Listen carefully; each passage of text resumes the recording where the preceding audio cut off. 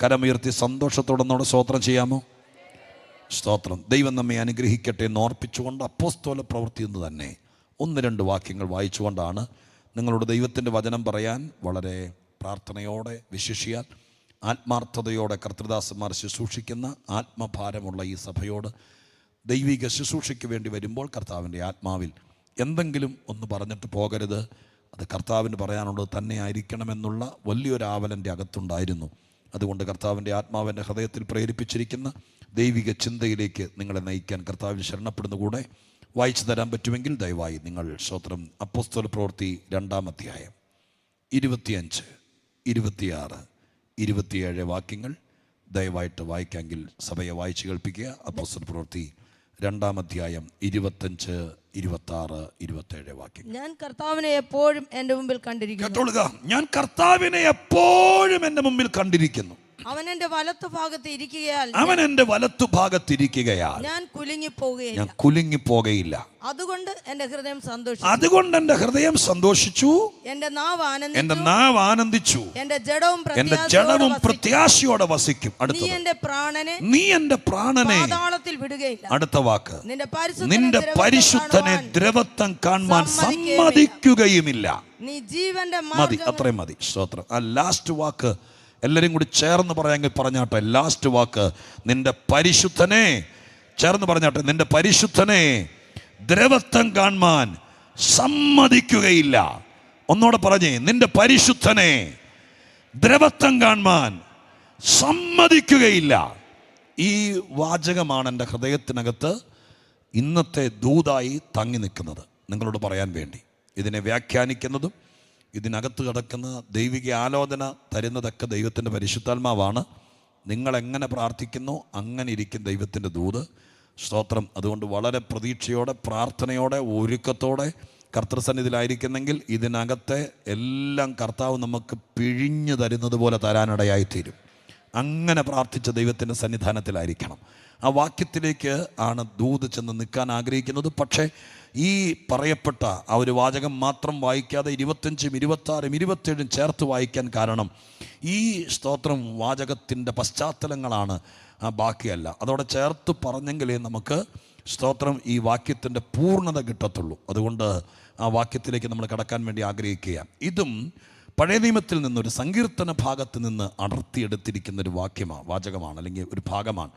പത്രോസിൻ്റെ പ്രഭാഷണ മധ്യത്തിൽ പത്രോസാണ് ഈ വാക്ക് പറയുന്നത്. ഏത് പ്രഭാഷണത്തിൽ? ദൈവസഭയുടെ പ്രഥമ പ്രസംഗം യെരൂശലേമിലെ മാളിക മുറിയിൽ നടക്കുകയാണ്. സ്തോത്രം. നിങ്ങൾക്കറിയാലോ, കർത്താവ് യേശുക്രിസ്തുവിനെ ക്രൂശിച്ചനന്തരം സ്തോത്രം കർത്താവ് അരിമത്യയിലെ യോസേഫിൻ്റെ കല്ലറയിൽ അടക്കപ്പെട്ടു. ക്രൂശീകരണത്തോട് ബന്ധപ്പെട്ട് സ്തോത്രം ഒട്ടനവധി സംഭവങ്ങൾ അവിടെ നടക്കപ്പെട്ടു. ശിഷ്യന്മാർ ചെതറി ഓടി. പിന്നീട് അവരൊന്നിച്ച് റീയൂണിയനായി വന്ന് ചേർന്ന് സ്തോത്രം യെരൂശലേമിലെ മാളിക മുറിയിൽ ഭയപ്പെട്ട് യഹൂദന്മാരെ പേടിച്ചിരിക്കുകയാണ്. ചില ദിവസങ്ങൾ പിന്നിട്ട് കഴിഞ്ഞപ്പോൾ ഒരു പ്രാർത്ഥിച്ചിരിക്കുന്ന ആ വേളയിൽ സ്വർഗസ്ഥനായ ദൈവം സ്തോത്രം ഒരു വലിയ ദൈവശക്തി അവരുടെ മധ്യത്തിലല്ല, പരിശുദ്ധാത്മാവിനെ അവരുടെ മധ്യത്തിൽ അയക്കാനിടയായിട്ടുണ്ട്. ആ സംഭവങ്ങൾ 2-ാം അധ്യായത്തിൽ നിങ്ങൾക്ക് അറിയാം, അതിലേക്ക് പോകേണ്ട കാര്യമില്ല. സ്തോത്രം. അങ്ങനെ ദൈവാത്മാവിനെ സ്വർഗസ്ഥനായ ദൈവം ഏകദേശം 120-ലധികം ആളുകൾ കൂടി വന്നിരിക്കുന്ന ആ കൂട്ടത്തിനകത്തേക്ക് ദൈവാത്മാവിനെ അയച്ചു. സ്തോത്രം. പരിശുദ്ധാത്മാവിൻ്റെ ശക്തി ഓരോരുത്തരുടെ മേൽ പതിഞ്ഞെന്ന് എഴുതിയിരിക്കുന്നത്. ഹല്ലേലൂയ. ഓരോരുത്തരുടെ മേൽ. അവിടെ ഓരോ പദവും എൻ്റെ ഹൃദയം ഞാൻ ഓടിച്ചു പോകാൻ നോക്കിയിട്ട് പരിശുദ്ധാത്മാവിനെ സമ്മതിക്കുന്നില്ല. സ്തോത്രം. ധൃതി പിടിക്കാതെ നിങ്ങളെ ബോധിപ്പിക്കാൻ ഇവിടെ നിൽക്കുമ്പോൾ കർത്താവിനെ പ്രേരിപ്പിക്കുന്നു. എന്തൊക്കെയോ കർത്താവിന് നിങ്ങളോട് ഈ ഭാഗത്തുനിന്ന് പറയാനുണ്ടെന്ന് ഞാൻ വിചാരിക്കുകയാണ്. സ്തോത്രം. അവിടെ എഴുതിയിരിക്കുന്ന ഭാഗം ഇങ്ങനെയാണ്. സ്തോത്രം. അവർ ആദ്യം നോക്കിയ 2-ാം അധ്യായം നമ്മൾ വായിക്കേണ്ടെന്ന് പറഞ്ഞതാണെങ്കിൽ ഞാൻ പറഞ്ഞു വിടുക. പെന്തക്കോസ്ത് നാൾ വന്നപ്പോൾ എല്ലാവരും ഒരു സ്ഥലത്ത് ഒരുമിച്ച് കൂടിയിരുന്നു. പെട്ടെന്ന് കൊടിയ കാറ്റടിക്കുന്ന പോലെ ആകാശത്തിന് മുഴക്കമുണ്ടായി. അവരിരുന്നിരുന്ന വീട് മുഴുവൻ നിറച്ചു. സ്തോത്രം. നിങ്ങൾ ശ്രദ്ധിച്ചേ, ആദ്യം നിറഞ്ഞത് ആ വീടാണ്. സ്തോത്രം. വീട് നിറഞ്ഞാൽ ദൈവത്തിന് എളുപ്പമുണ്ട്. നിങ്ങൾ എത്ര പേര് ഈ വാക്ക് ഞാൻ എൻ്റെ മനസ്സിൽ നിന്ന് സ്തോത്രം ഉണ്ടായിരുന്നതല്ല, ഞാനങ്ങ് ഈ വാക്യത്തിലേക്ക് വരാൻ വേണ്ടിയിരുന്നു. പക്ഷേ കർത്താവിൻ്റെ ആത്മാവ് എന്നെ സ്തോത്രം ആ ഭാഗത്തേക്ക് തള്ളിക്കൊണ്ടിരിക്കുകയാണ്. അതുകൊണ്ട് നിങ്ങളോട് പറയാൻ ആഗ്രഹിക്കുന്നു, വീട് നിറഞ്ഞാൽ പിന്നെ ആളെ പിടിക്കാൻ എളുപ്പമുണ്ട്. സ്തോത്രം. ആദ്യം നിറഞ്ഞത് വീടാണ്.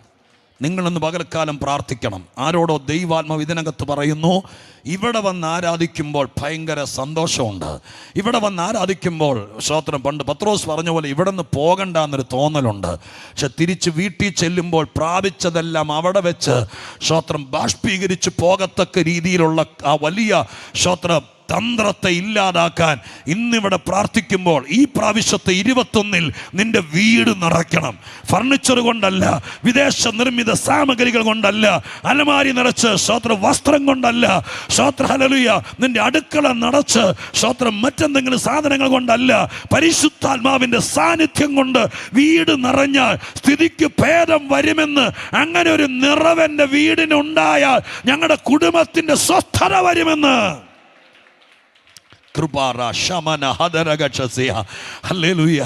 പരിശുദ്ധാത്മാവ് നിറച്ചു. എന്തിനാ വീടിനെ നിറച്ചു? സ്തോത്രം. ആ ഭാഗത്തേക്ക് എഴുതിയിരിക്കുന്ന വേദഭാഗത്തെ നമുക്ക് ആത്മീകമായി ചിന്തിക്കുമ്പോൾ പറയാം, പരിശുദ്ധാത്മാവ് ഒരാളെ നിറച്ചു എന്ന് പറഞ്ഞാൽ എൻ്റെ അർത്ഥം എന്താണെന്നറിയാമോ?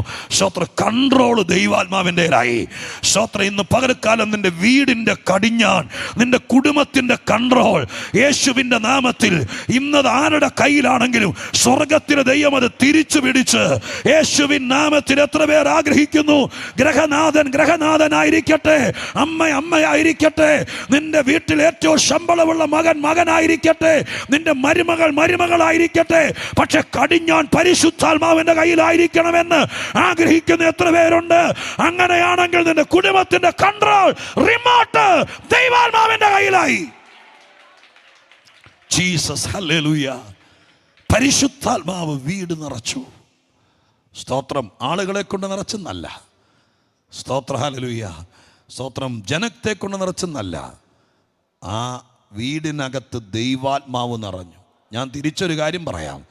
ഈ വീടിനകത്ത് ഒത്തിരി ആളുകൾ വന്നിട്ടുണ്ട്. എല്ലാവരും 120 പേരെന്നൊക്കെ നമ്മൾ പറയുന്നു. സ്തോത്ര, ഹല്ലേലൂയ. എൻ്റെ പുറകിൽ എഴുതിയിരിക്കുന്ന ഭാഗങ്ങളൊക്കെ അനുസരിച്ച് എന്നാലും സ്തോത്ര ബഹുശതം ആളുകൾ ഒന്നിച്ചിരുന്നു.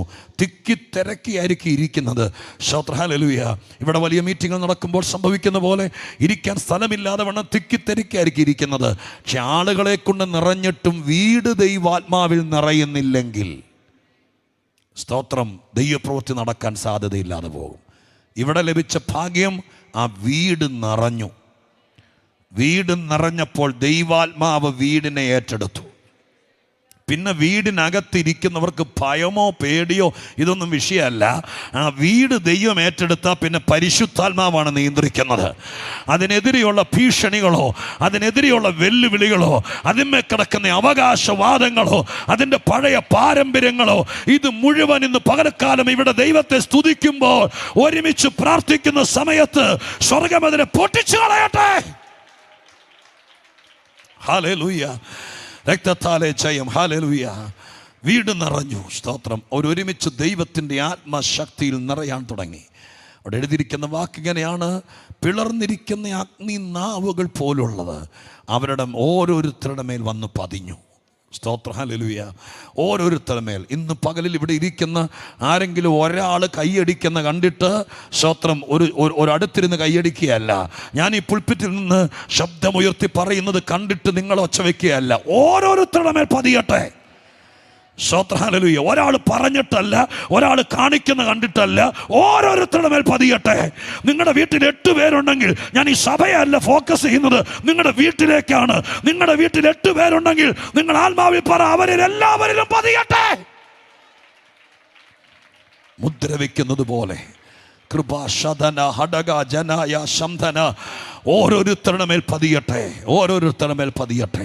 അവരെല്ലാവരുടെ മേലും പതിഞ്ഞു. ഒരേ ആത്മാവിൽ, ഒരേ താളത്തിൽ, ഒരേ ശക്തിയിൽ നിൽക്കുമ്പോൾ ആളുകൾ ഓടിക്കൂടിയപ്പോൾ സ്തോത്രം തെറ്റിദ്ധരിച്ചു.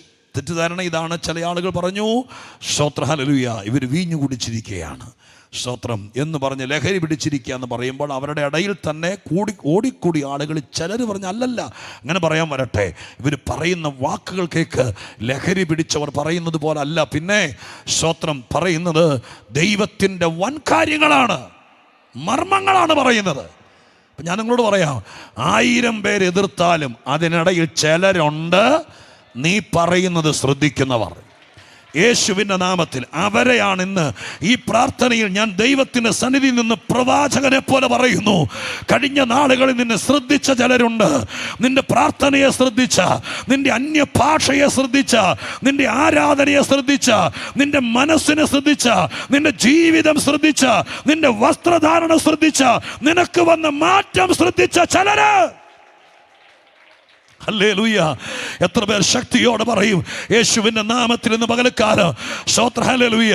ചിലർ വിമർശിക്കട്ടെ, ചിലർ എതിർക്കട്ടെ, ചിലർ നിന്നെ കളിയാക്കട്ടെ, ചിലർ നിന്റെ വഴി അടയ്ക്കട്ടെ. പക്ഷെ കർത്താവിൻ്റെ ആത്മാവ് സ്തോത്രം നിങ്ങൾ ചിലരോട് പറയുന്നു, വേറെ ചിലരുണ്ട്, അവർ നിന്നെ ശ്രദ്ധിച്ചുകൊണ്ടിരിക്കുക.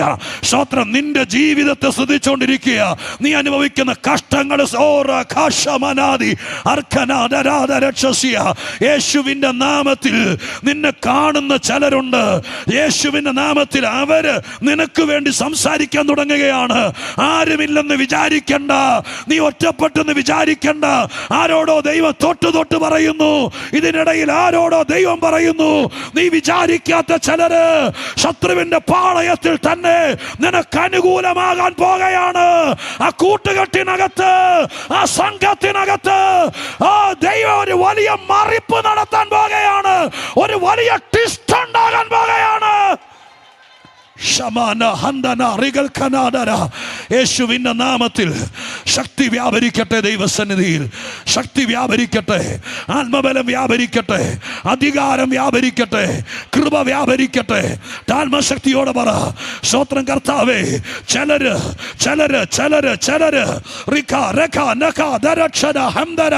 യേശുവിന്റെ നാമത്തിൽ ആത്മശക്തി ഇറങ്ങട്ടെ കർത്താവേ. അന്നത്തെ പോലെ ഒരു അനുഭവം ഉണ്ടാകട്ടെ. ഈ സഭ ഇടയ്ക്കിടയ്ക്ക് അനുഭവിക്കുന്ന ഭയങ്കരമായ ആത്മസാന്നിധ്യം അതിന്ന് കാലം ഇതിനകത്തുണ്ടാകട്ടെ. ജനങ്ങളുടെ മേൽ ഇറങ്ങി വരട്ടെ.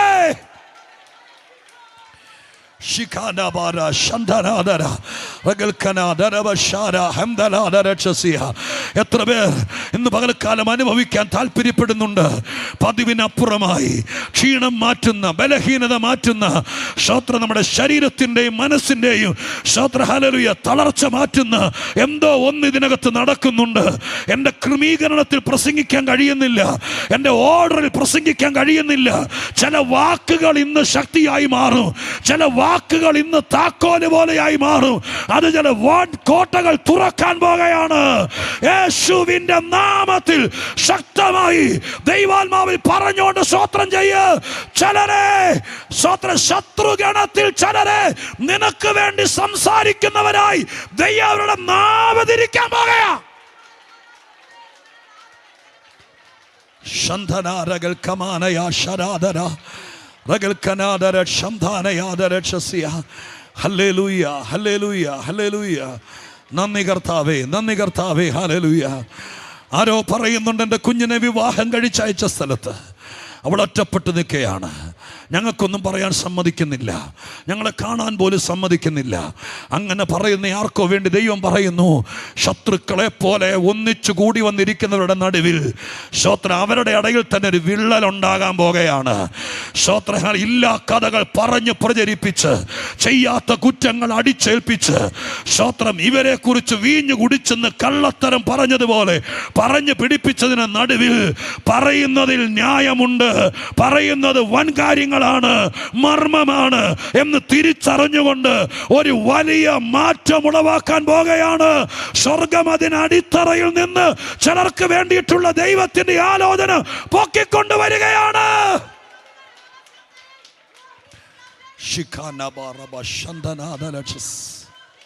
ഹല്ലേലൂയ.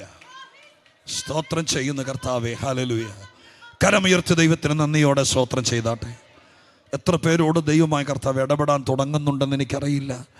സ്തോത്രം. പരിശുദ്ധാത്മാവ് ചിലരോട് നമ്മുടെ വിഷയമായി ഇന്നത്തെ പകലത്തെ സന്ദേശത്തിൻ്റെ സ്തോത്രം ദൈവഹിതം ഞാൻ ആദ്യം പറഞ്ഞു കഴിഞ്ഞു.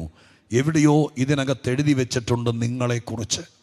2023 നിങ്ങൾ കടന്നു പോകുന്ന മേഖലകളിൽ നിങ്ങൾക്ക് ന്യായം കിട്ടാതെ പോയ, നിങ്ങൾക്ക് പ്രാർത്ഥിച്ചിട്ടും മറുപടി കിട്ടാതെ പോയ, നിങ്ങളെ വല്ലാതെ വേദനിപ്പിച്ച വിഷയത്തിന് എന്ത് ചെയ്യുമെന്നോർത്തതിൻ്റെ മറുപടി ഇതിനകത്ത് എഴുതി വെച്ചിട്ടുണ്ട്. അത് സ്വർഗമെടുത്ത് നിങ്ങളുടെ കയ്യിൽ തരികയാണ്. കർത്താവ് പറഞ്ഞുകൊണ്ടിരിക്കുന്നത്, സ്തോത്രം, ഭൂരിപക്ഷം ആളുകളും പറഞ്ഞത് ഇവര് സ്തോത്രം കള്ളന്മാരാണ്, ഇവർ വീഞ്ഞു കുടിച്ചവരാണ്, ഇവർ സ്തോത്രം ഈ വക കാര്യങ്ങൾ ഇല്ലാ കഥകൾ പറഞ്ഞപ്പോൾ അവരുടെ നടുവിൽ ചിലരെ കൊണ്ട് ദൈവം പറയിപ്പിച്ചു, ഇവർ വൻ കാര്യമാണ് പറയുന്നത്. ഇന്ന് വരെയും, ഇന്ന് ഞാൻ പ്രസംഗിക്കുന്ന ഈ 12-ാം തീയതി വരെയും നീ പറയുന്നത് ശരിയല്ലെന്ന് പറഞ്ഞവരെ കൊണ്ട് നീ പറഞ്ഞത് ശരിയാണെന്ന് പറയിപ്പിക്കും. യെസ്, പിടിച്ചെടുക്ക ദൈവത്തിന്റെ ആലോചന. പൗലോസ് യെശയ്യാവിലെ വചനം സ്വന്തമാക്കിയതുപോലെ ദൈവാത്മാവിൽ പിടിച്ചെടുത്തിട്ട് പറ, ചിലര് പറയും, തിരിച്ചു പറയും, ഇവര് പറയുന്നതിനകത്ത് കഴമ്പുണ്ട്. ഹല്ലേലൂയ.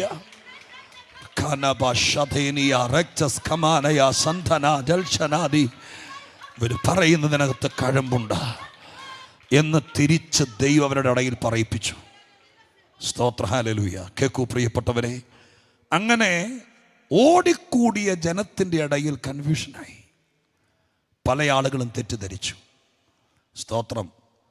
തെറ്റിദ്ധരിച്ചപ്പോൾ തെറ്റിദ്ധാരണ മാറ്റിയിട്ട് ഇവരുടെ ഭാഗം ന്യായീകരിക്കാൻ, അഥവാ ഇവർക്കെന്ത് സംഭവിച്ചു എന്നത് പറയാൻ വേണ്ടിയിട്ട് അപ്പോസ്തലന്മാർ ഒന്നിച്ചാലോചിച്ചു. സ്തോത്രം. ഞങ്ങൾക്ക് സംഭവിച്ചത് വീഞ്ഞു കുടിച്ചതല്ല, പെട്ടെന്ന് ഭയം കയറി മനസ്സിൻ്റെ താളം തെറ്റിയതല്ല, വെറുതെ ഞങ്ങൾ ഒച്ചപ്പാടോ ബഹളം ഉണ്ടാക്കുന്നതല്ല, ഇത് യോവേൽ പ്രവാചകൻ പറഞ്ഞു വെച്ചിരുന്ന ഒരു പ്രവചന നിവർത്തിയാണ്, ഇത് പരിശുദ്ധാത്മാവാണെന്ന് പറയാൻ വേണ്ടി അവർ ഒരുങ്ങുകയാണ്.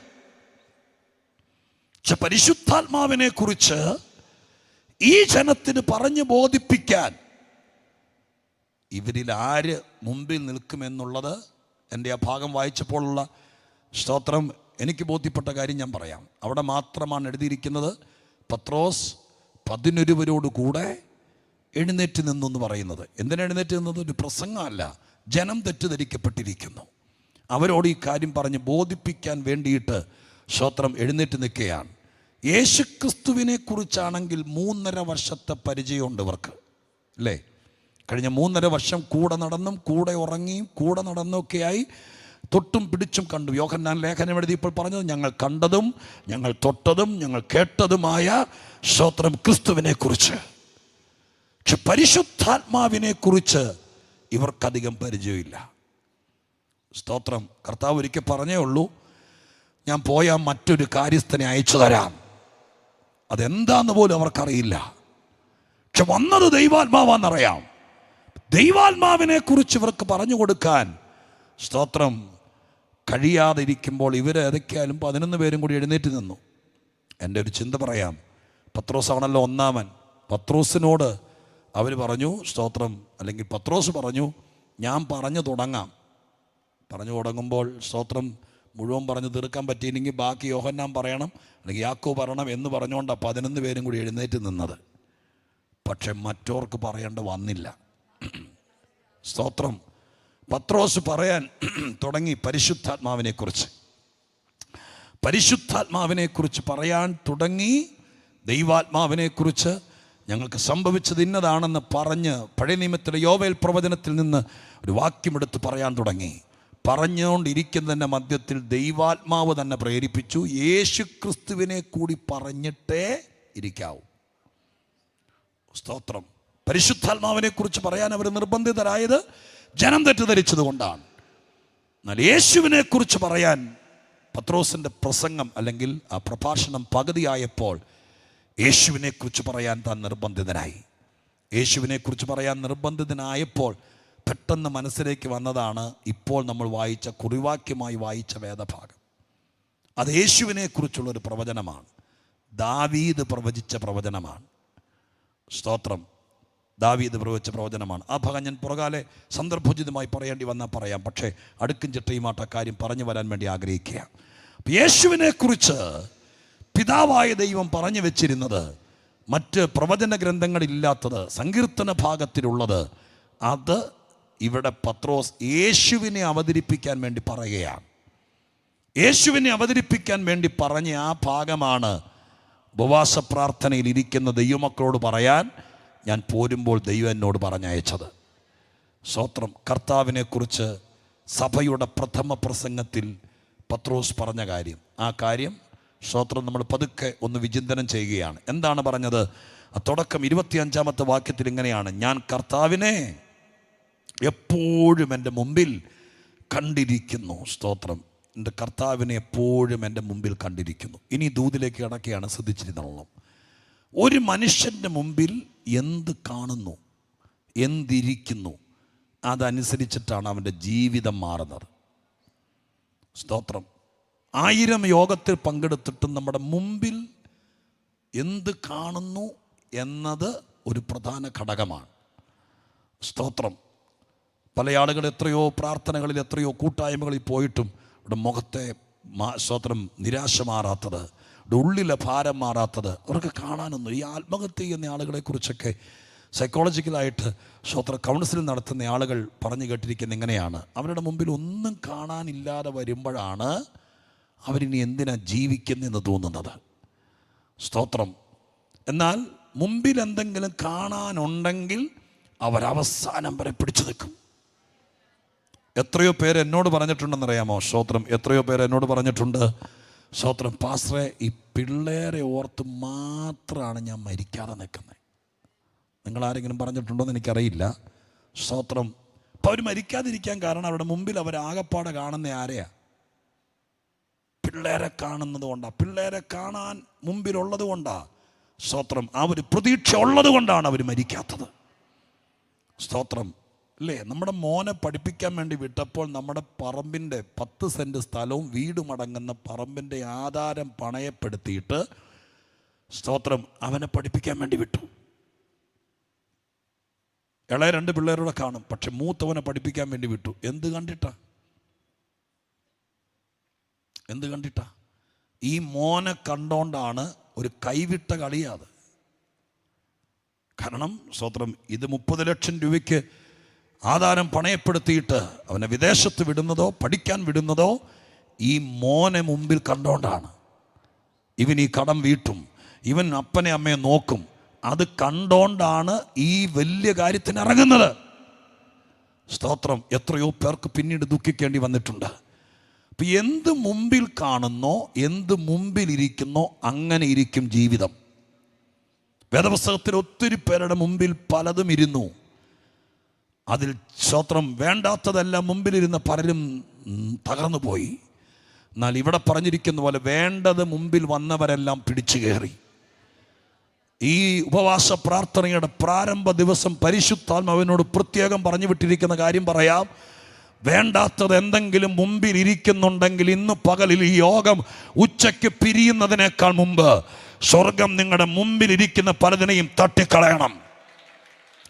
ചതൽപുറ്റുപോലെ മുമ്പിൽ പൊങ്ങി നിൽക്കുന്ന ചിലത്, നിന്നെ എന്നും കരയിപ്പിക്കുന്നത്, സങ്കടപ്പെടുത്തുന്നത്, സ്തോത്രം, പല ദുർസ്വപ്നങ്ങൾ കാണിക്കുന്നത്, നിന്റെ വീട്ടിൽ ഭാരമുണ്ടാക്കുന്നത്, എന്തു തന്നെയാണെങ്കിലും സ്വർഗസ്ഥനായ ദൈവം ഇന്ന് പകരക്കാലം ചില വാക്യങ്ങൾ ഞാൻ എടുത്തു കാണിക്കാൻ തുടങ്ങിയ അത് മുഴുവൻ ഇന്ന് തട്ടിക്കളയാനിടയാകണം. ഹല്ലേലൂയ. സ്തോത്രത്തോടെ കർത്താവേ, എൻ്റെ മുമ്പിൽ നിന്ന് ചിലതിനെ തട്ടി മാറ്റണം. എനിക്കത് ഓർക്കുമ്പോൾ ഭാരമാണ്, എനിക്കത് ചിന്തിക്കുമ്പോൾ വേദനയാണ്. എൻ്റെ കർത്താവേ, ചിലതിനെ മുമ്പിൽ നിന്ന് മാറ്റിക്കളയണം എന്ന് പറഞ്ഞ എൻ്റെ അർത്ഥം ചില ആളുകളെ കൊന്നുകളയണമെന്നല്ല. നിന്നെ സ്തോത്രം പറയിപ്പിക്കാൻ സമ്മതിക്കാത്ത, നിന്റെ തല ഉയരാൻ സമ്മതിക്കാത്ത, നിന്റെ ജീവിതം പച്ച പിടിക്കാൻ സമ്മതിക്കാത്ത, നിന്റെ കൃപ ജ്വലിക്കാൻ സമ്മതിക്കാത്ത, നിന്റെ മുമ്പിലിരിക്കുന്ന ആത്മതലത്തിലെ ചിലതിനെ, ചിലപ്പോൾ കണ്ണുകൊണ്ട് കാണാൻ കഴിയാത്തതിനെ സ്വർഗത്തിലെ ദൈവം ഈ നല്ല ചൊവ്വാഴ്ച ഉച്ചയ്ക്ക് 2 മണിക്കുള്ളിൽ സ്വർഗത്തിലെ ദൈവം അതിനെ തട്ടിക്കളയുമെന്ന് വിശ്വസിക്കാൻ മനസ്സുള്ള ദൈവമക്കൾ മാത്രം എൻ്റെ കൂടെ നിന്ന് സ്തോത്രം ചെയ്തോളൂ. ചിലതിനെ തട്ടി മാറ്റിയിട്ട് ചിലതിനെ നിന്റെ മുമ്പിലേക്ക് എടുത്തു വെക്കാൻ പോകുകയാ.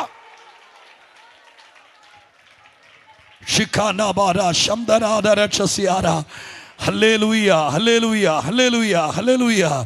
നന്ദിയോടെ സ്തോത്രം, സ്തോത്രം, സ്തോത്രം, സ്തോത്രം. ഹല്ലേലൂയ, സ്തോത്രം. കേൾക്കൂ, ചില ആളുകൾ അവരുടെ മുമ്പിലിരുന്ന കാര്യങ്ങളെക്കുറിച്ച് വേദപുസ്തകത്തിൽ പറഞ്ഞിരിക്കുന്നത് ഞാനൊന്ന് കാണിക്കാം. അതൊരു ദൂതിലേക്ക് നമുക്ക് കടക്കാൻ ഒരു വഴിയാകട്ടെ എന്നോർക്കാം. 38-ാം സങ്കീർത്തനത്തിൻ്റെ 17-ാമത്തെ വാക്യം വായിക്കാമോ? സങ്കീർത്തനങ്ങൾ 38:17. 38-ാം സങ്കീർത്തനത്തിൻ്റെ 17-ാമത്തെ വാക്യം എന്താ എഴുതിയിരിക്കുന്നത്? 38:17 നോക്കി. ഞാൻ ഇടറി വീഴുമാറാക്കിയിരിക്കുന്നു. അയ്യോ, സ്തോത്രം. വായിച്ചു തുടങ്ങിയപ്പോഴേ ആ മനുഷ്യൻ ഈ സങ്കീർത്തനത്തിൽ വായിച്ചോളെ അല്ല പറയുന്നത് കേട്ടോ, സ്തോത്രം. എഴുതിയിരിക്കുന്ന ആളെ പറയുന്നേ. പറഞ്ഞതേ എന്ത് പറഞ്ഞോണ്ടാ? ഞാൻ എന്നെ ആരെങ്കിലും പിടിച്ചോളണേ, ഞാൻ ഇടറി വീഴാൻ പോവാന്ന് പറഞ്ഞോണ്ടാ കയറി വരുന്നത് തന്നെ.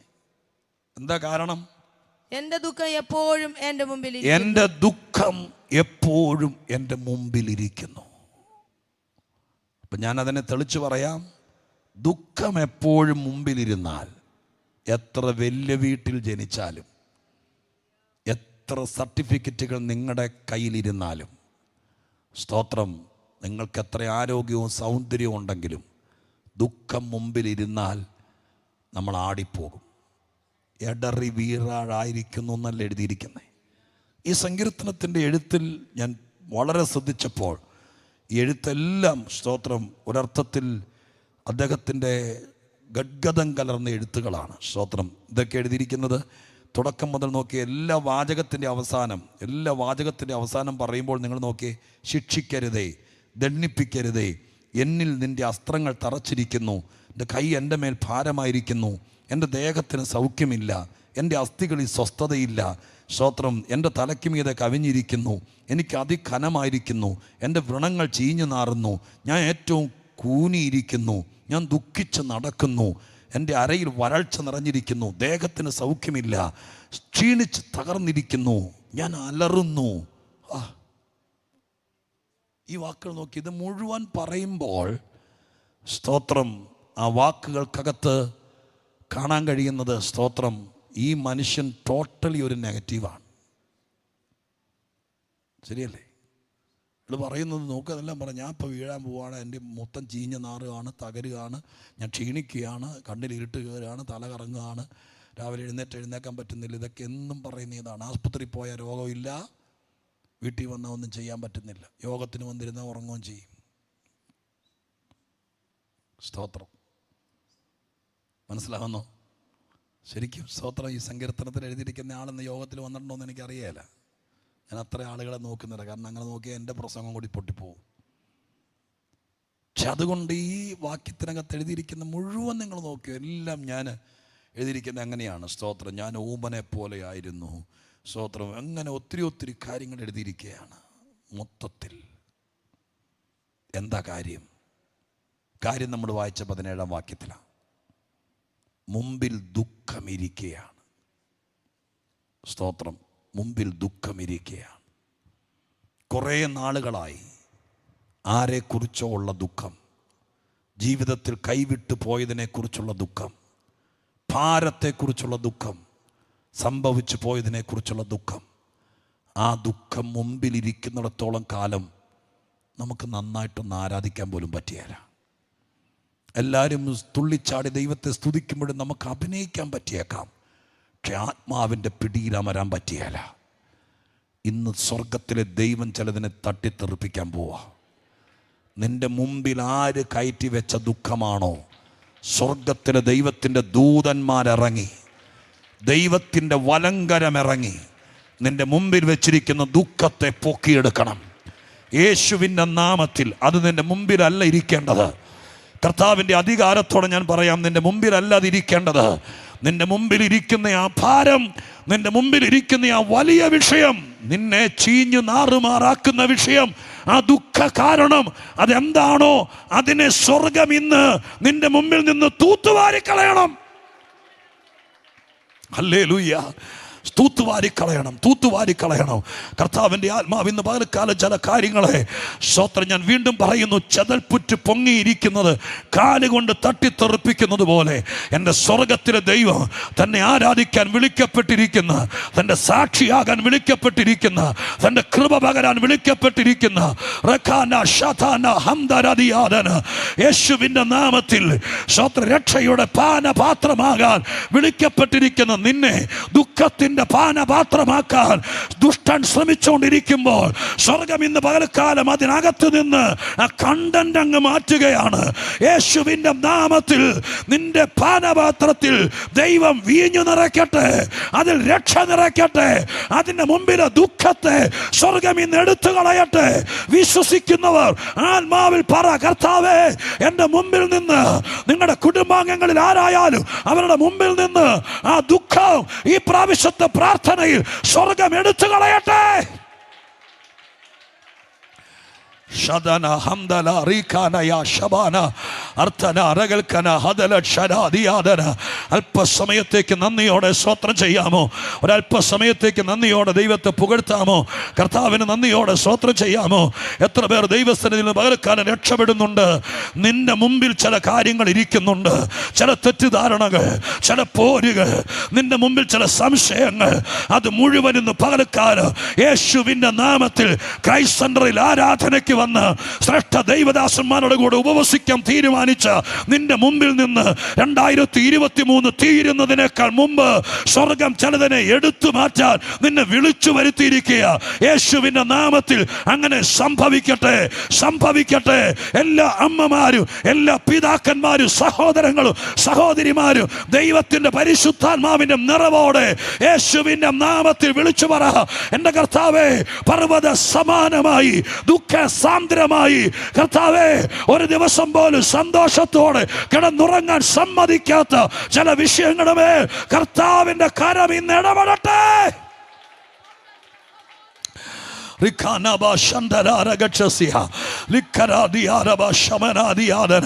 യേശുവിന്റെ അധികാരത്തോടെ, പരിശുദ്ധാത്മാവിന്റെ ശക്തിയോടെ കർത്താവ് അത് ചെയ്തുകൊണ്ടിരിക്കുക കേട്ടോ. നിങ്ങൾ വിശ്വസിക്കുന്ന പക്ഷം ദൈവം അത് ചെയ്തുകൊണ്ടിരിക്കുക. നീ ചെല്ലുമ്പോൾ അവിടെ കാണുകയല്ല നിന്നെ അപമാനിക്കുന്ന, നിന്നെ ദുഃഖിപ്പിക്കുന്ന, നിന്നെ വേദനിപ്പിക്കുന്ന വിഷയം. ഒരുപക്ഷെ നിന്റെ ശരീരം പരിശോധിച്ചപ്പോൾ സ്വത്രം അതിനകത്ത് തെളിഞ്ഞു വന്ന് ഏതെങ്കിലും മെഡിക്കൽ റിപ്പോർട്ടായിരിക്കാം നിന്നെ ദുഃഖിപ്പിക്കുന്നത്. യേശു പറയുന്നു, ആ സംഭവം നിന്റെ ശരീരത്തിൽ നിന്ന് സ്വർഗം എടുത്തു കളയാൻ പോകുകയാണ്. യേശുവിന്റെ നാമത്തിൽ നിന്ന് പകൽക്കാലം ഈ പ്രാർത്ഥന വെറുതെ പ്രാർത്ഥനയല്ല. യേശുവേ, നന്ദിയോടെ നന്ദിയോടെ ഉറക്ക വിളിച്ചു പ്രാർത്ഥിച്ചും സ്തോത്രം ചെയ്തു ദൈവത്തിന്റെ മക്കൾ ജയാരവത്തോടെ ആത്മാവിൽ വിടുതലേറ്റെടുത്തുകൊണ്ട് പറ, എന്റെ ദുഃഖ കാരണം എന്താണോ അത് സ്വർഗം ഇന്ന് എടുത്തു കളയൂ. സ്തോത്രം ചെയ്തുകൊണ്ട് ഒന്നോടെ പറയുന്നു, എന്റെ ദുഃഖ കാരണം എന്താണോ അതിന്ന് എടുത്തു കളയൂ. എന്റെ പ്രിയപ്പെട്ടവൻ എന്നെ കുറിച്ചുള്ള സംശയമാണോ അതിന്ന് എടുത്തു കളയൂ. ഞാൻ ചെന്ന വീട്ടിൽ എന്നെ തെറ്റിദ്ധരിച്ചതാണോ അതിന്ന് എടുത്തു കളയൂ. ആരോ എന്നെ കുറിച്ച് തെറ്റായി പറഞ്ഞ കഥകളാണോ അതിന്ന് എടുത്തു കളയൂ. പോരാ, നിങ്ങൾക്ക് ആ ശക്തിയോടെ എത്ര ദൈവമക്കൾ എന്ന് പകരക്കാലം സ്വർഗം ചിലത് ചെയ്തുകൊണ്ടിരിക്കുന്നത്. 18-ാം സങ്കീർത്തനത്തിൽ പറയുന്നത് പോലെ ഉയരത്തിൽ നിന്ന് കൈനീട്ടി പെരുവെള്ളത്തിൽ നിന്ന് എന്നെ വലിച്ചെടുത്തു എന്നെഴുതിയിരിക്കുന്ന ക്രമത്തിൽ സ്വർഗം ഇന്ന് പകരക്കാലം പറയുന്നത് കേക്ക്, ദൈവത്തിന്റെ കൈ ഇറങ്ങി വരും. ജീവാരാ ശകാന ഹംദര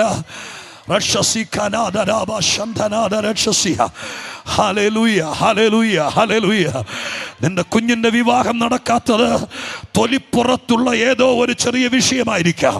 അത് നിന്റെ കുടുംബത്തെ മൊത്തത്തിൽ ദുഃഖിപ്പിച്ചിരിക്കുകയായിരിക്കാം.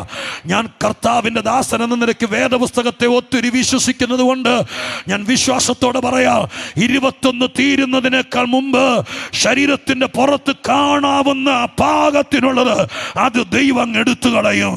വിശ്വസിക്കുന്ന ദൈവമക്കൾ ശക്തമായി ദൈവത്തിന് സ്തോത്രം ചെയ്തുകൊണ്ട് ദൈവസന്നിധിയിൽ ആത്മാവിൽ പ്രാർത്ഥിച്ചുകൊണ്ട് ദൈവകൃപയോടെ, അധികാരത്തോടെ, ആത്മബലത്തോടെ ചില അടയാളങ്ങൾ കാണായി വരുമെന്ന്, ചിലത് ദൈവം എടുത്തു കളയുമെന്ന് ദൈവസന്നിധിയിൽ വിശ്വസിക്കാൻ തയ്യാറാകും. ദുഃഖം എൻ്റെ മുമ്പിൽ ഇരിക്കുന്നു എന്നാണ് ഈ സങ്കീർത്തനക്കാരൻ പറയുന്നത്. ഏത് ദുഃഖത്തിനും കാരണം കാണും. ദുഃഖ കാരണങ്ങൾ എടുത്തു കളഞ്ഞാൽ നീ സന്തോഷിക്കാൻ തുടങ്ങും. സ്തോത്രം. ദുഃഖം മാത്രമായിട്ട് എടുക്കുക എന്ന് പറഞ്ഞാൽ അങ്ങനെയൊന്നുമില്ല. ആ ദുഃഖത്തിൻ്റെ കാരണം അങ്ങ് എടുത്തു കളയും. സ്തോത്രം. കഴിഞ്ഞ കുറേ കാലമായി കിട്ടുന്ന കാശ് മുഴുവൻ ട്രീറ്റ്മെൻറ്റ്, ടെസ്റ്റ്, സ്തോത്രം, ഇങ്ങനെയായിട്ട് ഓരോ മാസവും വലിയൊരു തുക കുഞ്ഞുങ്ങൾ അനുഭവിക്കേണ്ടത് ഏതോ വഴിക്ക് പോയിക്കൊണ്ടിരിക്കുകയാണെങ്കിൽ ആ കാരണം ദൈവം അങ്ങ് എടുത്തു കളഞ്ഞാൽ ദുഃഖം അങ്ങ് തീരെയല്ലേ? അതിൽ നിന്നെടുത്ത് കളയണമെന്ന് ആഗ്രഹിക്കണം. ഞാൻ ഇന്ന് വേറെ ഒന്നും പറഞ്ഞില്ലെങ്കിലും ഇത് സംഭവിച്ചാൽ, ഈ പ്രാർത്ഥനയുടെ തുടക്കത്തിൽ ദൈവപ്രവൃത്തി തുടങ്ങിയാൽ കർത്താവ് ചിലതിനെ എടുത്തു കളയും. സ്തോത്ര ഹല്ലേലൂയ. ശരീരത്തിനകത്ത് ഏതെങ്കിലും വിഷയമായിരിക്കാം, അതങ്ങ് എടുത്തു കളഞ്ഞാൽ നിനക്ക് ദീർഘായുസ്സോടെ ജീവിക്കാം. നീ ചെന്ന വീട്ടിൽ നിന്നെക്കുറിച്ച് ആദ്യ സമയത്ത് ആരോ പ്രചരിപ്പിച്ച തെറ്റിദ്ധാരണയായിരിക്കാം, അതിന്നും കല്ലായി കിടക്കുക. എത്രയോ വീട്ടിൽ അങ്ങനെ സംഭവിക്കുന്നു. ആര് പറഞ്ഞാലും മാറിയല്ല, ആരൊക്കെ പറഞ്ഞാലും ധാരണ മാറിയ. പക്ഷെ ദൈവം അതങ്ങ് മായ്ച്ചു കളഞ്ഞാൽ നീ വീട് മാറേണ്ട വരില്ല.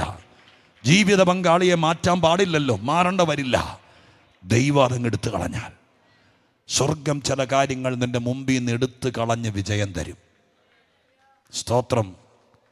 പാപത്തിൻ്റെ രഹസ്യ ജീവിതത്തിനകത്ത് നമ്മൾ പ്രാർത്ഥിച്ച് ഉപവസിച്ചൊക്കെ പ്രാപിക്കുന്ന ദൈവത്തിൻ്റെ കൃപ പുറത്തേക്കിറങ്ങുമ്പോൾ അതിനെ സ്തോത്രം നിർവീര്യമാക്കി കളയുന്ന എന്തെങ്കിലും കെടുതികളുണ്ടെങ്കിൽ എൻ്റെ കർത്താവ് അതങ്ങെടുത്ത് കളയും. അതങ്ങെടുത്ത് കളഞ്ഞാൽ സ്തോത്രം നീ രക്ഷപ്പെട്ടു.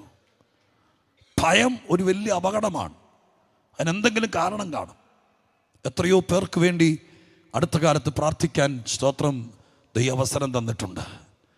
സ്തോത്രം. നന്നായി പഠിച്ചുകൊണ്ടിരുന്ന കുഞ്ചാണ്, പക്ഷെ എന്തോ ഭയം അകത്ത് കയറി. പഠിക്കാൻ പോകുകയല്ല, പോയാൽ കണ്ണിലിരുട്ട് കയറുന്നു, തല കറങ്ങുന്നു, ഭയങ്കര വിഷയങ്ങൾ. പക്ഷെ സ്വർഗത്തിലെ ദൈവം ആ കുഞ്ഞിൻ്റെ അകത്ത് കയറിയ വിഷയം അങ്ങെടുത്ത് കളഞ്ഞാൽ പ്രശ്നം തീർന്നു. സ്തോത്ര ഹല്ലേലൂയ. പ്രശ്നം തീർന്നു. അത് പറയുമ്പോൾ ഒരു വാക്യം തെളിയിക്കാൻ വേണ്ടി ദൈവം എന്നോട് പറയുന്നത് വിശുദ്ധ മത്തായി 8-ാം അധ്യായത്തിലാണ്. മത്തായി 8-ാം അധ്യായം, 8-ാമത്തെ അധ്യായത്തിനകത്ത് പറയപ്പെട്ടിരിക്കുന്ന ഒരു വാക്ക് നിങ്ങൾ ശ്രദ്ധിച്ചേ. സ്തോത്ര ഹല്ലേലൂയ. 8-ാം അധ്യായം 17-ാമത്തെ വാക്യം വായിക്കാമോ? 8:17. അവൻ നമ്മുടെ ബലഹീനതകളെ എടുത്തു വ്യാധികളെ ചുമന്നു എന്ന് യെശയ്യാ പ്രവാചകൻ പറഞ്ഞത് നിവൃത്തിയാകുവാൻ മതി. സ്തോത്രം. യേശുക്രിസ്തുവിന്റെ ശുശ്രൂഷ അഭംഗുരം തുടരുകയാണ്. മത്തായി 8 എന്നൊക്കെ പറയുമ്പോൾ ശുശ്രൂഷയുടെ തുടക്കമാണ്. കർത്താവിൻ്റെ ശുശ്രൂഷയെ സ്തോത്രം നമ്മൾ പരിശോധിച്ചാൽ 3-4 ഭാഗങ്ങളായിട്ട് നമുക്ക് തിരിക്കാം. ഒന്ന്, യേശുക്രിസ്തുവിൻ്റെ ശുശ്രൂഷ. സ്തോത്രം. കർത്താവ് തുടങ്ങുന്നത് സ്തോത്രം രോഗികളെ സൗഖ്യം. അതിനേക്കാൾ മുമ്പ് കർത്താവിൻ്റെ ശുശ്രൂഷ തുടങ്ങുന്നത് മനുഷ്യൻ്റെ വിഷയങ്ങളിൽ ഇടപെട്ടുകൊണ്ടാണ്. കാനാവിലെ കല്യാണ വീട്ടിൽ പച്ചവെള്ളം വീഞ്ഞാക്കിക്കൊണ്ടാണ് കർത്താവ് അടയാളങ്ങളുടെ ആരംഭം കുറിക്കുന്നത്. അങ്ങനെയല്ലേ? സ്തോത്രം. അങ്ങനെയല്ലേ? തലയെങ്കിലും ഒന്നാട്ട്. സ്തോത്രം. ആരംഭം കുറിച്ച് അങ്ങനെയാണ്. ഒരു മനുഷ്യൻ്റെ വിഷയത്തിൽ ഇടപെടും, അവൻ്റെ ഇല്ലായ്മയിൽ ഇടപെടും, അവൻ്റെ പോരായ്മകളെ നികത്തും, അവൻ്റെ കുടുംബത്തിൻ്റെ അപമാനം മാറ്റാൻ എന്ത് ചെയ്യണോ അത് യേശു ചെയ്യും. സ്തോത്രം. സന്തോഷം കുറയ്ക്കുന്നവനല്ല കർത്താവ്, സന്തോഷം നിലനിർത്തുന്നവനാണ് കർത്താവ്. ആ വീട്ടിലെ സന്തോഷം ഇല്ലാതാകാൻ ഉണ്ടായ സംഭവത്തെ സ്വർഗത്തിലെ ദൈവം തട്ടിക്കളഞ്ഞു, വീഞ്ഞു നിറച്ചു. അങ്ങനെ സ്തോത്രം അപ്പം കൊടുത്ത് വീഞ്ഞു നിറച്ച് മനുഷ്യൻ്റെ ആവശ്യങ്ങളിൽ ഇടപെട്ട് കർത്താവ് കാര്യങ്ങൾ നടത്തി. അങ്ങനെയാണ് തുടക്കം. യേശുവിൻ്റെ ശുശ്രൂഷയുടെ 2-ാമത്തെ ലെവല് മനുഷ്യൻ്റെ ശാരീരികമായിരിക്കുന്ന രോഗങ്ങളെ കർത്താവ് സൗഖ്യമാക്കാൻ തുടങ്ങി. വ്യാധികൾ, സ്തോത്രം, രോഗങ്ങൾ, ദീനക്കാർ, ഇവരെയൊക്കെ കർത്താവ് സൗഖ്യമാക്കി. സ്തോത്രം. ഒരുപാട് രോഗികൾ സൗഖ്യമായി. യേശുവിൻ്റെ ശുശ്രൂഷയുടെ 3-ാമത്തെ ഘട്ടം അല്ലെങ്കിൽ 3-ാമത്തെ ലെയറ് ദുരാത്മാക്കളുടെ പിടിയിൽ കിടന്നിരുന്ന ആളുകളെ ദുരാത്മാക്കളിൽ നിന്ന് രക്ഷിച്ചു. ഭൂതങ്ങളെ പുറത്താക്കി അശുദ്ധാത്മാക്കളെ ശാസിച്ച യേശു പച്ചവെള്ളം വീഞ്ഞാക്കുന്നവൻ മാത്രമല്ല, സ്തോത്രം, തലവേദന മാറ്റുന്നവൻ മാത്രമല്ല, നിന്നെ പിടിച്ചു വെച്ചിരിക്കുന്ന ഇരുട്ടിന്റെ ശക്തിയിൽ നിന്ന് സ്വതന്ത്രനാക്കുന്നവൻ കൂടെയാണ് യേശു. സ്തോത്രം ചെയ്ത് കർത്താവിന് നന്ദിയോടെ ഏത് വിഷയത്തിനും യേശു മതിയായവൻ. അവിടെ കൊണ്ട് നിന്നില്ല. കർത്താവിൻ്റെ ശുശ്രൂഷയുടെ 4-ാമത്തെ മണ്ഡലമാണ് മരിച്ചവരെ ഉയർപ്പിച്ചു. സ്തോത്ര ഹല്ലേലൂയ. ഇനിയും അവൻ ഉയർപ്പിക്കും.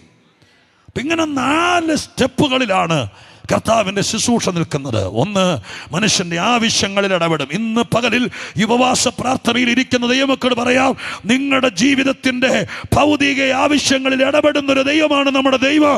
ആ കാര്യം ഇവിടെ പറയണ്ട എന്ന് പറയുന്നൊരു സഭയല്ലിത്, അങ്ങനെ ഒരു യേശു അല്ലത്. നീ കരയുമ്പോൾ, നിന്റെ കരച്ചിലിൻ്റെ പുറകില് നീ നിന്ദിക്കപ്പെടുമ്പോൾ, അതിൻ്റെ പുറകില് നീ കഷ്ടപ്പെടുമ്പോൾ, അതിൻ്റെ പുറകിലെ വിഷയം പരിഹരിക്കാൻ കഴിവുള്ളവനാണ് കർത്താവ്. അതിനെ സഹായിക്കുന്ന സഭയാണിത്. ഹല്ലേലൂയ, സ്തോത്രം. രോഗം, ദീനം മനുഷ്യനെ ഒതുക്കുന്നതാണ്, അത് സൗഖ്യമാക്കും. മൂന്നാമത്തത്, ദുരാത്മാക്കളും ദുർഭൂതങ്ങളും നരകുലത്തെ പിടിച്ചു വയ്ക്കുമ്പോൾ, അവരുടെ കഴിവ് കെടുത്തുമ്പോൾ സ്വർഗത്തിലെ ദൈവം അതിനെ സൗഖ്യമാക്കും. നാലാമത്തത്, കല്ലറയ്ക്കകത്തടച്ച് സ്തോത്രം നാറ്റം വയ്ക്കാൻ തുടങ്ങിയാലും വേണ്ടി വന്നാൽ കർത്താവ് ഉയർപ്പിക്കും. ഇങ്ങനെ 4 ലെവൽ. യേശുവിൻ്റെ നാമത്തെ 4 നിങ്ങളുടെ മനസ്സിലൊന്ന് സെറ്റ് ചെയ്തേ. ഏത് ലെവലിൽ പോയാലും യേശു തിരിച്ചു പിടിക്കുമെന്ന് പറഞ്ഞേ. അതുകൊണ്ട് നമുക്ക് വേറൊരു ദൈവമില്ല, വേറൊരു മധ്യസ്ഥനില്ല, വേറൊരു രക്ഷകനില്ല. യേശു മതിയായവനാണ് കർത്താവ്. സ്തോത്രം. ഇതിൽ മത്തായി ഇവിടെ പറയുന്നത് യേശുക്രിസ്തു ഭൂതങ്ങളെ പുറത്താക്കാൻ തുടങ്ങിയാണ്. ഈ 8-ാം അധ്യായത്തിൻ്റെ ഈ വാക്ക് 16-17, വൈകുന്നേരമായപ്പോൾ പല ഭൂതഗ്രസ്തരെയും അവൻ്റെ അടുക്കൽ കൊണ്ടുവന്നു. അവൻ വാക്കുകൊണ്ട് ദുരാത്മാക്കളെ പുറത്താക്കി. ദുരാത്മാക്കളെ പുറത്താക്കാൻ തുടങ്ങി. അങ്ങനെ ദുരാത്മാക്കളെ പുറത്താക്കാൻ തുടങ്ങിയപ്പോൾ അവിടെ എഴുതിയിരിക്കുകയാണ്, പണ്ട് യെശയ്യാ പ്രവാചകൻ പറഞ്ഞിരുന്നൊരു പ്രവചനത്തിന് നിവർത്തിയായി. പച്ചവെള്ളം വീഞ്ഞാക്കിയപ്പോഴല്ല നിവർത്തിയായേ, അപ്പം നുറുക്കി 5000 പേർക്ക് കൊടുത്തപ്പോഴല്ല നിവർത്തിയായത്, ചേറുകുഴച്ച് കണ്ണിൽ പുരട്ടി ശീലോഹം കുളത്തിലേക്ക് പറഞ്ഞയച്ചപ്പോഴല്ല നിവർത്തിയായത്, ഭൂതങ്ങളെ പുറത്താക്കാൻ തുടങ്ങിയപ്പോൾ ഒരു പഴയ പ്രവചനം നിവർത്തിയായെന്ന്. എന്താണ് ആ പഴയ പ്രവചനം?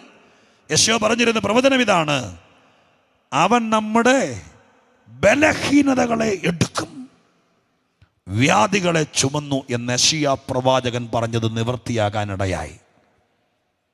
ഭൂതങ്ങളെ പുറത്താക്കിയപ്പോൾ പ്രവചനം ഇതായിരുന്നു, ഒരുവൻ വരും, അവൻ വന്നിട്ട് നിങ്ങളുടെ ബലഹീനതകളെ എടുത്തു കളയും. സ്തോത്രം. പഴയ നിയമകാലത്ത് പ്രവാചകന്മാരുണ്ട്, പുരോഹിതന്മാരുണ്ട്, മൂപ്പന്മാരുണ്ട്, പ്രഭുക്കന്മാരുണ്ട്, ശാസ്ത്രിമാരുണ്ട്. ഇവരൊക്കെ വന്നു. സ്തോത്രം. ഇവരൊക്കെ വന്നിട്ട് ഉപദേശങ്ങൾ തന്നു. ന്യായപ്രമാണ തൽപരരായിരിക്കുന്ന ആളുകളെ കാര്യങ്ങൾ ഉപദേശിച്ചു, പഠിപ്പിച്ചു, യാഗങ്ങളും വഴിപാടുകളും നേർച്ചകളും കഴിച്ചു. പക്ഷേ ബലഹീനത ആരും എടുത്തില്ല, ബലഹീനതയിൽ ആരും തൊട്ടില്ല. എന്നാൽ യേശുവാണ് മനുഷ്യൻ്റെ ബലഹീനത എടുത്തത്. സ്തോത്രം. മനസ്സിലാകുന്നു? മതങ്ങൾ എടുക്കാത്തത്, മഹാരഥന്മാരെടുക്കാത്തത്, ലോകത്തിലെ വൻകിട ശക്തികൾ എടുക്കാത്തത്, വഴിപാട് കൊണ്ടും നേർച്ച കൊണ്ടും എടുക്കാൻ കഴിയാത്തത്, സ്തോത്രം, കർമ്മം കൊണ്ടും യാഗം കൊണ്ടും എടുക്കാൻ കഴിയാത്തത്, ദൈവം മനുഷ്യനായി ലോകത്തിൽ വന്നപ്പോൾ അവൻ മനുഷ്യനിൽ നിന്ന് എടുത്തു കളഞ്ഞു. സ്തോത്രം. ഹല്ലേലൂയ. നിങ്ങൾക്ക് എത്ര പേർക്ക് അത് പിടികിട്ടുന്നെന്ന് എനിക്കറിയില്ല. സ്തോത്രം. നിങ്ങളുടെ അകത്ത് എത്രത്തോളം ശക്തി വ്യാപരിക്കുന്നു എന്ന് എനിക്കറിയില്ല.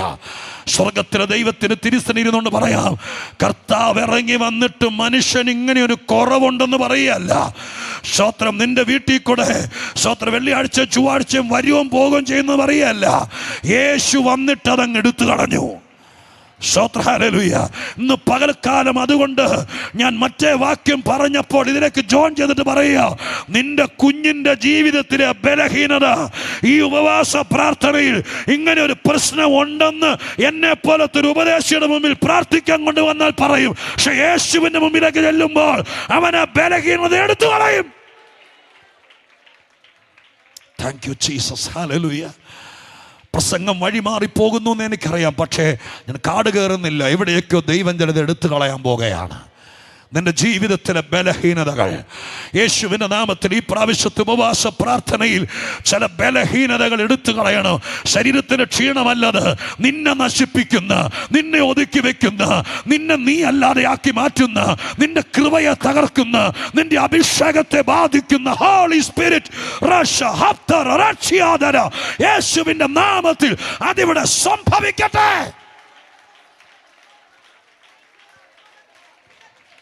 സംഭവിക്കട്ടെ, സംഭവിക്കട്ടെ, സംഭവിക്കട്ടെ. ശക്തമായിട്ട് അതിവിടെ സംഭവിക്കട്ടെ, സംഭവിക്കട്ടെ. യേശു ഇറങ്ങി വന്ന് ബലഹീനതകൾ എടുത്തു കളയുന്ന നിമിഷമാണിത്. അവൻ നിന്റെ ചാരെ നടക്കുന്നു, ഈ ഹോളിനകത്തൂടെ നടക്കുന്നു. പരിശുദ്ധാത്മാവ് പറയുന്നു, ഇന്ന് പകൽക്കാലം ചില ബലഹീനതകൾ എടുത്തു കളയും, നീ സ്വതന്ത്രമാകും യേശുവിൻ്റെ നാമത്തിൽ. അവന്റെ ശുശ്രൂഷയുടെ അടുത്ത ഘട്ടം നിന്റെ ജീവിതത്തിൽ നടക്കാൻ പോകുകയാണ്. നിന്റെ കടം മാറ്റി തന്നവൻ, നിന്റെ ജീവിതത്തിൽ ഞെരുക്കം മാറ്റി തന്നവൻ, കുടുംബ കലഹം മാറ്റി തന്നവൻ ഇന്ന് പകൽക്കാലം നിന്നെ വെറുതെ വിടാൻ നിശ്ചയിച്ചിട്ടില്ല. നിന്നെ ബലഹീനമാക്കുന്നത് എന്താണോ അതിൽ എടുത്തു കളയും. കൃപ ഹസ്തുബ ശിഖാന ഹംദന റിഗൽക്കന ദരാദല ഷൈഡാജന ഹടഗജനാധിയാന. ഹല്ലേലൂയ, ഹല്ലേലൂയ, ഹല്ലേലൂയ. യേശു എന്നോട് പറയാൻ പറയുന്നു, ആ വാക്യം തെളിച്ചു പറയാൻ പറയുന്നു. വിശുദ്ധ മത്തായി 8, 16, 17 എന്താ പറഞ്ഞിരിക്കുന്നത്? വൈകുന്നേരമായപ്പോൾ ശ്രോത്രഹാല, ഞാനൊരു അലിഗോറിക്കലായി പറയുകയല്ല, പക്ഷെ ദൈവം എന്നെ ഓർപ്പിക്കുന്നു. വൈകുന്നേരമാകുന്നത് എന്തിൻ്റെ ലക്ഷണമാണ്? രാത്രിയാകാൻ പോകുന്നതിൻ്റെ ലക്ഷണമാണ്. സ്തോത്രം. വൈകുന്നേരം നിങ്ങൾക്കറിയാം, സ്തോത്രം, ഒത്തിരി നേരം കാണിയല്ല. വെയിലാറുന്ന, ചൂടാറുന്ന സായാഹ്നം 24 മണിക്കൂർ വൈകുന്നേരം കാണിയല്ല, 6 മണിക്കൂറും കാണിയല്ല, അല്പനേരേ കാണുള്ളൂ. കുറച്ചു നേരം അവിടെ കഴിഞ്ഞാൽ എന്തോ സംഭവിക്കും? ഇരുട്ട് ഘനീഭവിക്കും. സ്തോത്രം. വൈകുന്നേരം രാത്രിയുടെ മുന്നോടിയാണ്. നിന്റെ ജീവിതത്തിലെ വൈകുന്നേരമാകാൻ തുടങ്ങി. ഇനി ഇരുട്ടിലേക്ക് പോകും. അതിനു മുമ്പ് യേശു ഇടപെടണം. ആരോടോ ദൈവം പറയുന്നു, യേശു ഇടപെടണം. നീ തിരിച്ചറിയണം, നിന്റെ പ്രഭാതം കഴിഞ്ഞു, നിന്റെ നട്ടുച്ച കഴിഞ്ഞു, പതുക്കെ സൂര്യൻ ചായാൻ തുടങ്ങി. ഹല്ലേലൂയ. നിന്റെ മനസ്സ് പണ്ടത്തെ പോലല്ല. എന്നോട് ദൈവം പറയുന്നു, ഈ 2ാമത്തെ ദിവസം പറയുന്നു, കഴിഞ്ഞ വർഷത്തെ പോലല്ല. സത്യം പറയണം ദൈവസന്നിധിയിൽ, ഞാൻ കുറേം കൂടി ചായുകയാണ്, ഞാൻ കുറേം കൂടി തളരുകയാണ്. എൻ്റെ കർത്തൃദാസന്മാരൊക്കെ എന്നെ ഒത്തിരി പ്രോത്സാഹിപ്പിക്കുന്നുണ്ട്. പക്ഷെ എന്തോ എൻ്റെ മനസ്സ് ഒരു വൈകുന്നേരമാകുകയാണ്. പതുക്കെ പടിഞ്ഞാറൻ ചക്രവാളത്തിലേക്ക് സൂര്യൻ ചായുന്നത് പോലെ എൻ്റെ ആ നട്ടുച്ചയുടെ പ്രതാപം കുറയുകയാണ്. വെയിലാറുന്നത് പോലെ, ഊർജം കുറയുന്നത് പോലെ, ചൂട് കുറയുന്നത് പോലെ, ശ്രോത്രത്തിന് ശക്തി കുറയുന്നത് പോലെ, ആത്മബലം, ആരാ കേൾക്കുന്നേ? ആത്മബലം കുറയുന്ന പോലെ തോന്നാൻ തുടങ്ങിയാൽ കണ്ണട ചിരുട്ടാക്കരുത്. വിടുതല്, വിടുതല്, വിടുതല്. റമാന ശകന ഹടഗജനാദിയാന. ഈ പ്രാവശ്യത്തെ ഉപവാസ പ്രാർത്ഥന നിന്നെ വൈകുന്നേരമായി കുറച്ചുകൂടെ കഴിഞ്ഞപ്പോഴത്തെ രാത്രിയായി എന്ന് പറയാനല്ല. യേശുവിൻ്റെ നാമത്തിൽ ഇന്ന് പകൽക്കാലം പറയുന്നു, ഞാൻ വേദപുസ്തകത്തിൽ വായിച്ചിട്ടുണ്ട്, നീതിമാന്റെ പാത നട്ടുച്ചയ്ക്ക് പ്രതാപത്തോടെ സൂര്യൻ ഉദിക്കുന്നത് പോലെയാണെന്ന്, സായാഹ്നം പോലെയാണെന്നല്ല. സ്തോത്രം. നട്ടുച്ച അതുപോലെ കത്തി ജ്വലിക്കുന്നത് പോലെ ആയിരിക്കണം ഒരു വിശ്വാസി യേശുവിൻ്റെ നാമത്തിൽ. എന്നാൽ നിന്നെ സായാഹ്നത്തിലേക്ക്, ഞാൻ നിങ്ങളുടെ പ്രായമല്ല പറയുന്നത്, ഞാൻ നിങ്ങളുടെ തലമുടി നരച്ചോ നല്ല ചോദിക്കുന്നത്, നിങ്ങൾ 45 വർഷമായോ വിശ്വാസത്തിന് നല്ല ചോദിക്കുന്നത്. എത്ര പേർ ഇന്ന് പകൽക്കാലം ആത്മാവിന്റെ ശബ്ദം തിരിച്ചറിയുന്നുണ്ട്? അവരോട് സ്വർഗം ഇന്ന് പകൽക്കാലം പറയാൻ തുടങ്ങുന്നത് ശ്രദ്ധിച്ചു കേൾക്ക. നിന്റെ ആത്മീകത്തിന്റെ സായാഹ്നത്തിലേക്ക് പോകരുത്. ഷമാന ഹസ്തന റീകൽ കരാദിയ. ഹല്ലേലൂയ. വിശ്വസിച്ച് കേട്ടെ, വിശ്വസിച്ച് കേട്ടെ. അമ്മമാരെ, പിതാക്കന്മാരെ, ലോകത്തിന്റെ കെടുതി അനുസരിച്ച് ഓരോ വർഷം കഴിയുന്നോറും പ്രായമാകും. 65, 66 ആകും. 66കാരൻ 67കാരനാകും. അത് ഈ പ്രകൃതിയുടെ വ്യവസ്ഥയാണ്. എന്നാൽ ആത്മീകത്തിന് അങ്ങനെയല്ല. നിന്റെ പ്രായം വിഷയമല്ല, നിന്റെ ശരീരം വിഷയമല്ല. നിന്റെ അകത്തെ മനുഷ്യൻ സായാഹ്നത്തിലേക്ക് പോകരുത്, മങ്ങിപ്പോകരുത്. ആരോ ദൈവാത്മാവ് ഫോക്കസ് ചെയ്യുന്നു. ഞാൻ വീണ്ടും പറയുന്നു, ഞാനൊരു സിസ്റ്റമാറ്റിക്കായി എൻ്റെ തനതായ രീതിയിലല്ല ഈ ദിവസങ്ങളിൽ പ്രസംഗിക്കുന്നത്, നിങ്ങളുടെ നടുവിലും പ്രസംഗിക്കുന്നത്. ഇടയ്ക്ക് ദൈവം എൻ്റെ ഉള്ളിലേക്ക് വചനം കയറ്റിവിടുകയാ. മത്തായി ഒന്നും ഈ പ്രസംഗത്തിൽ കയറി വരേണ്ട കാര്യമില്ല, ഈ വാക്യമൊന്നും ഇവിടെ വരേണ്ട കാര്യമില്ല. പക്ഷേ ആരോടോ സ്വർഗ്ഗം ശക്തമായി പറയുന്നു, നിന്റെ ആത്മീകത്തിന്റെ സായാഹ്നത്തിലേക്ക് പോകരുത്. യേശു ചാടി പിടിക്കുകയാണ്. നീ നിന്റെ വീട്ടിൽ കുറയരുത്. നീ സൂര്യനാണ്, നിന്റെ വീട്ടിലെ സൂര്യനാണ്. എത്ര പേര് കേൾക്കുന്നു? നിന്റെ വീട്ടിൽ ജ്വലിച്ച് പ്രകാശിക്കേണ്ട വിളക്കാണ് നീ. മണ്ണെണ്ണ എണ്ണ കുറയുന്നത് പോലെ ഇന്ന് പകൽക്കാലമാകരുത്, സായാഹ്നത്തിലേക്ക് പോകരുത്. സ്വർഗം നിന്റെ കുടുംബത്തെ തിരിച്ചു പിടിക്കൂ. ഈ ആണ്ട് തീരുന്നതിനേക്കാൾ മുമ്പ് നീതി സൂര്യൻ രോഗോപശാന്തിയോടെ ഉദിക്കുമെന്ന് എഴുതിയിരിക്കുന്നത് പോലെ നീതിമാന്റെ പാത, അവന്റെ വളർച്ച നട്ടുച്ച സൂര്യനെ പോലെ എന്ന് എഴുതിയിരിക്കുന്നത് പോലെ ആരോടൊക്കെയോ തട്ടി തട്ടി പറയുന്നു, നിന്റെ സായാഹ്നത്തിന് ഞാൻ സമ്മതിക്കില്ല.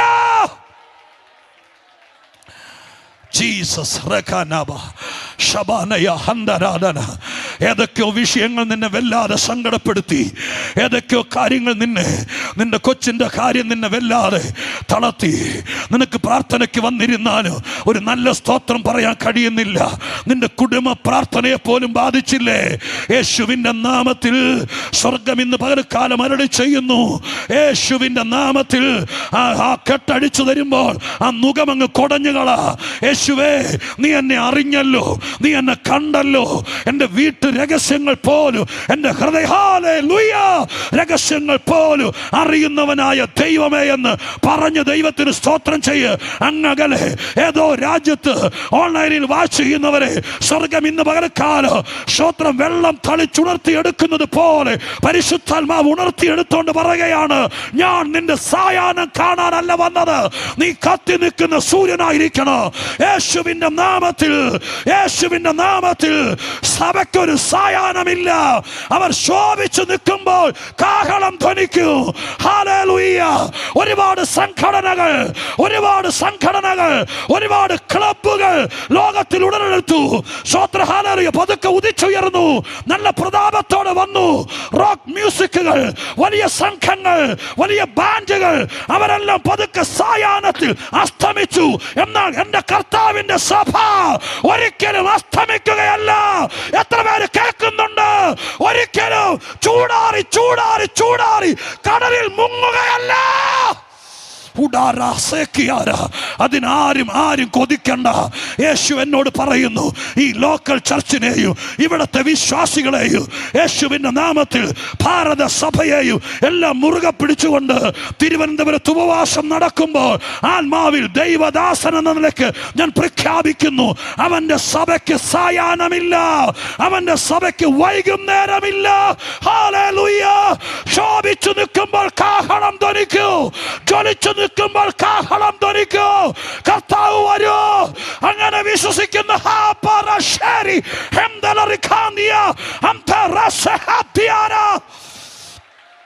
Hallelujah, hallelujah. സഭയെക്കുറിച്ച് ഭാരമുള്ളവർ കഴിഞ്ഞ ദീർഘനാളായി ഈ ക്രൈസ്റ്റ് സെന്റർ ചർച്ച് നിങ്ങളുടെ കണ്ണുനീരൊപ്പിയെങ്കിൽ, നിങ്ങളുടെ വേദനകളിൽ കൂടെ നിന്നെങ്കിൽ, നിങ്ങളുടെ സങ്കടങ്ങളിൽ സഹായിച്ചെങ്കിൽ, നിങ്ങളെ നിങ്ങളാക്കി മാറ്റാൻ കുറെ നാളുകളായി ഇവിടുത്തെ ശുശ്രൂഷ ഫലിച്ചെങ്കിൽ, നിങ്ങൾ ആത്മാവിൽ അലറിക്കരഞ്ഞോണ്ട് പറ, ഈ സഭയ്ക്കൊരു സായാഹ്നം വേണ്ട, ഈ സഭയ്ക്കൊരു വൈകുന്നേരം വേണ്ട. ഇത് അസ്തമിക്കാനുള്ള ഉള്ളതല്ല. യേശു വരുവോള്, യേശു വരുവോള് ഉടരെ സെക്കനിയാതര നോക്കിയാൽ നോക്കുന്നവന്റെ കണ്ണ് അടിച്ചു പോകത്തക്ക രീതിയിൽ അത്രയ്ക്ക് തേജസ്സുള്ള, അത്രയ്ക്ക് ശോഭയുള്ള അങ്ങനെ ഒന്നാകണമെന്ന് എൻ്റെ ശുശ്രൂഷയെ കുറിച്ച് പ്രാർത്ഥിക്കുന്ന ദൈവമക്കൾ എത്ര പേരുണ്ട്? നിങ്ങളുടെ ശുശ്രൂഷയെ കുറിച്ച് പ്രാർത്ഥിക്കുന്ന എത്ര പേരുണ്ട്? ബ്രദർ, നിന്റെ ശുശ്രൂഷയ്ക്ക് ഒരു വൈകുന്നേരം വേണ്ട എന്ന് നീ തീരുമാനിക്കുന്നെങ്കിൽ ഇന്ന് ഇവിടെ വെച്ച് സ്വർഗം അത് മുദ്ര വെക്കാം.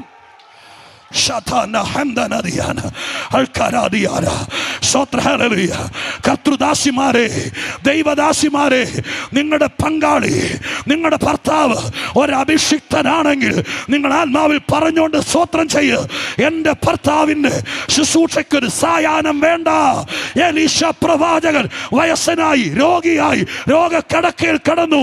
പക്ഷേ ഒരസ്തമന സൂര്യനെ പോലെ സ്തോത്രം വാതുറക്കാതെ ശ്വാസം മുട്ടിയല്ല മരിച്ചത്. ഇസ്രായേലിന്റെ രാജാവ് അവനെ കാണാൻ ചെല്ലുമ്പോൾ വയ്യമോനെ വയ്യമോനെ എന്ന് പറഞ്ഞുകൊണ്ടല്ല മരിച്ചത്.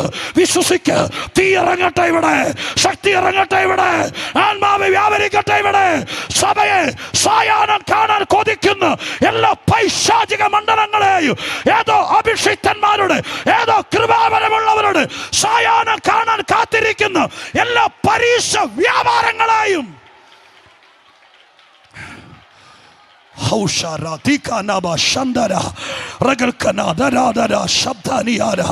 യേശുവിന്റെ നാമത്തിൽ വെറുതെയല്ല മത്തായി 8 നമ്മളെ കൊണ്ടുപോയത്. എൻ്റെ ഈ പ്രസംഗത്തിനകത്ത് മത്തായി 8 ഇല്ലായിരുന്നു ബ്രദർ, ഇല്ലായിരുന്നു സിസ്റ്റർ. നിന്നെ നോക്കിയാണ് ആ ദൂത് പറയുന്നത്, നിന്നെ നോക്കിയാണ് ആ ദൂത് പറയുന്നത്. നിന്റെ സായാഹ്നം കാണാൻ, നീ തീർന്നു എന്ന് പറയുന്നത് കാണാൻ, പണ്ടത്തെ പോലെയൊന്നും ഇല്ല എന്ന് പറയുന്നത് അങ്ങനെ പറയാൻ തുടങ്ങിയവര് യേശുവിന്റെ നാമത്തിൽ പരിശുദ്ധാത്മാവ് പറയുന്നു, അങ്ങനെ പറയാൻ തുടങ്ങിയവര് നീ അസ്തമിക്കാൻ തുടങ്ങി, പണ്ടത്തെ പോലെ പ്രാർത്ഥനയ്ക്കൊന്നും പോകുന്നില്ല എന്ന് പറയാൻ തുടങ്ങി. മറ്റവന്മാര് പ്രാർത്ഥനക്കാര് പണ്ടത്തെ പോലെ വരുന്നില്ല എന്ന് പറയാൻ തുടങ്ങി. പക്ഷെ സ്വർഗ്ഗം വൈകുന്നേരമായപ്പോൾ യേശു ഇടപെട്ടു.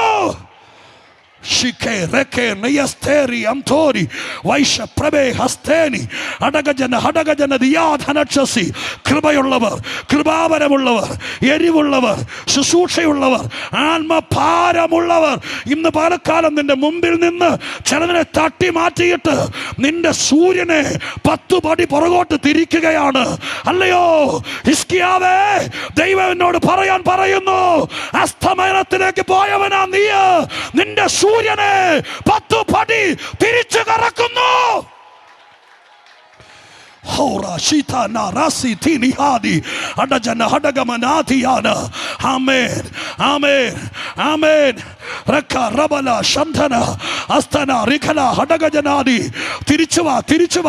തിരിച്ചുവാ, ജ്വലിച്ചു കയറുന്നൊരു സ്ഥിതിയിലേക്ക് മടങ്ങിവാ.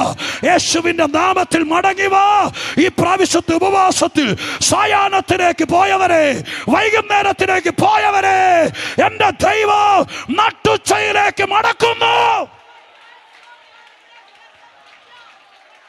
Shamana Rakanada Rada Shikaniara Arstara Ragal Karadara Shabaria Seki Ramsha Nadi Hadara Gadagajanadara യേശുവിന്റെ നാമത്തിൽ പരിശുദ്ധാത്മാവ് അത് ചെയ്യട്ടെ അപ്പ. ഒരു വിശ്വാസിയും മയങ്ങിപ്പോകരുത്, ഒരു വിശ്വാസിയും ചൂടില്ലാത്തവരാകരുത്, ഒരു വിശ്വാസിയും ഹല്ലേലൂയ പടിഞ്ഞാറൻ ചക്രവാളത്തിൽ അസ്തമിക്കാൻ തുടങ്ങുന്ന സൂര്യനെ കാണാൻ ഒരുപാട് പേര് വരും. മരിക്കാൻ കിടക്കുന്ന അച്ചാച്ചനെ കാണാൻ വരുന്നത് പോലെ പടിഞ്ഞാറൻ ചക്രവാളത്തിൽ സൂര്യൻ അസ്തമിക്കുന്നത് കാണാൻ ഒത്തിരി പേര് വരും.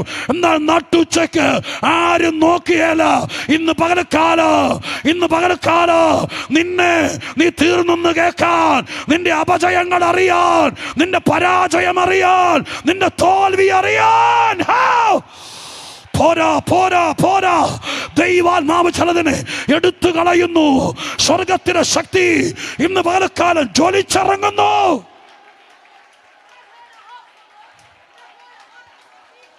Thank you, Jesus.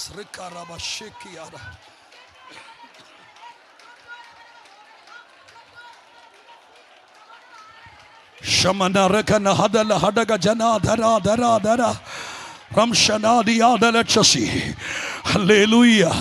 Hallelujah. ഇസ്രായേലിൽ യുദ്ധം നടക്കുമ്പോൾ യോശുവ അസ്തമിക്കാൻ തുടങ്ങിയ സൂര്യനോട് പറഞ്ഞു, അസ്തമിക്കരുത്, ഇനി ഒരിഞ്ച് പടിഞ്ഞാറോട്ട് നീങ്ങരുത്. ഞങ്ങളുടെ ജയം കണ്ടിട്ട് പോയാ മതി നീ, ഞങ്ങളുടെ ജയം കണ്ടിട്ട് പോയാ മതി നീ. ഇസ്രായേൽ തോറ്റെന്ന് കേട്ടിട്ട് പോകണ്ട, ഇസ്രായേൽ ജയിച്ചിട്ട് പോയാ മതി. ഇന്ന് പകൽക്കാലം അസ്തമിക്കാൻ തുടങ്ങുന്ന ചിലരോട് സ്വർഗം വിളിച്ചു പറയുന്നു, പോകരുത്, നിന്നെ ദൈവം പിടിച്ചു നിർത്തുന്നു. നീ സൂര്യനാന്ന് വിചാരിച്ചു, സ്തോത്ര യോശുവയെ പോലെ ഞാൻ വിളിച്ചു പറയുന്നു, നീ അസ്തമിക്കരുത്. നിന്റെ യുദ്ധം തീരൂ, നിന്റെ യുദ്ധം തീരൂ. ബ്രദർ സിസ്റ്റർ, നിന്റെ യുദ്ധം തീരൂ. അല്ലയോ ക്രൈസ്തവരെ, നിന്റെ യുദ്ധം തീരൂ. സ്വർഗം ചിലത് ഒരുക്കിയിട്ടുണ്ട്. ദൈവം നിന്നെ മാനിക്കാൻ, ദൈവം നിന്നെ സ്തോത്ര ഹല്ലേലൂയ ആദരിക്കാൻ പ്ലാൻ ചെയ്തിട്ടുണ്ട്.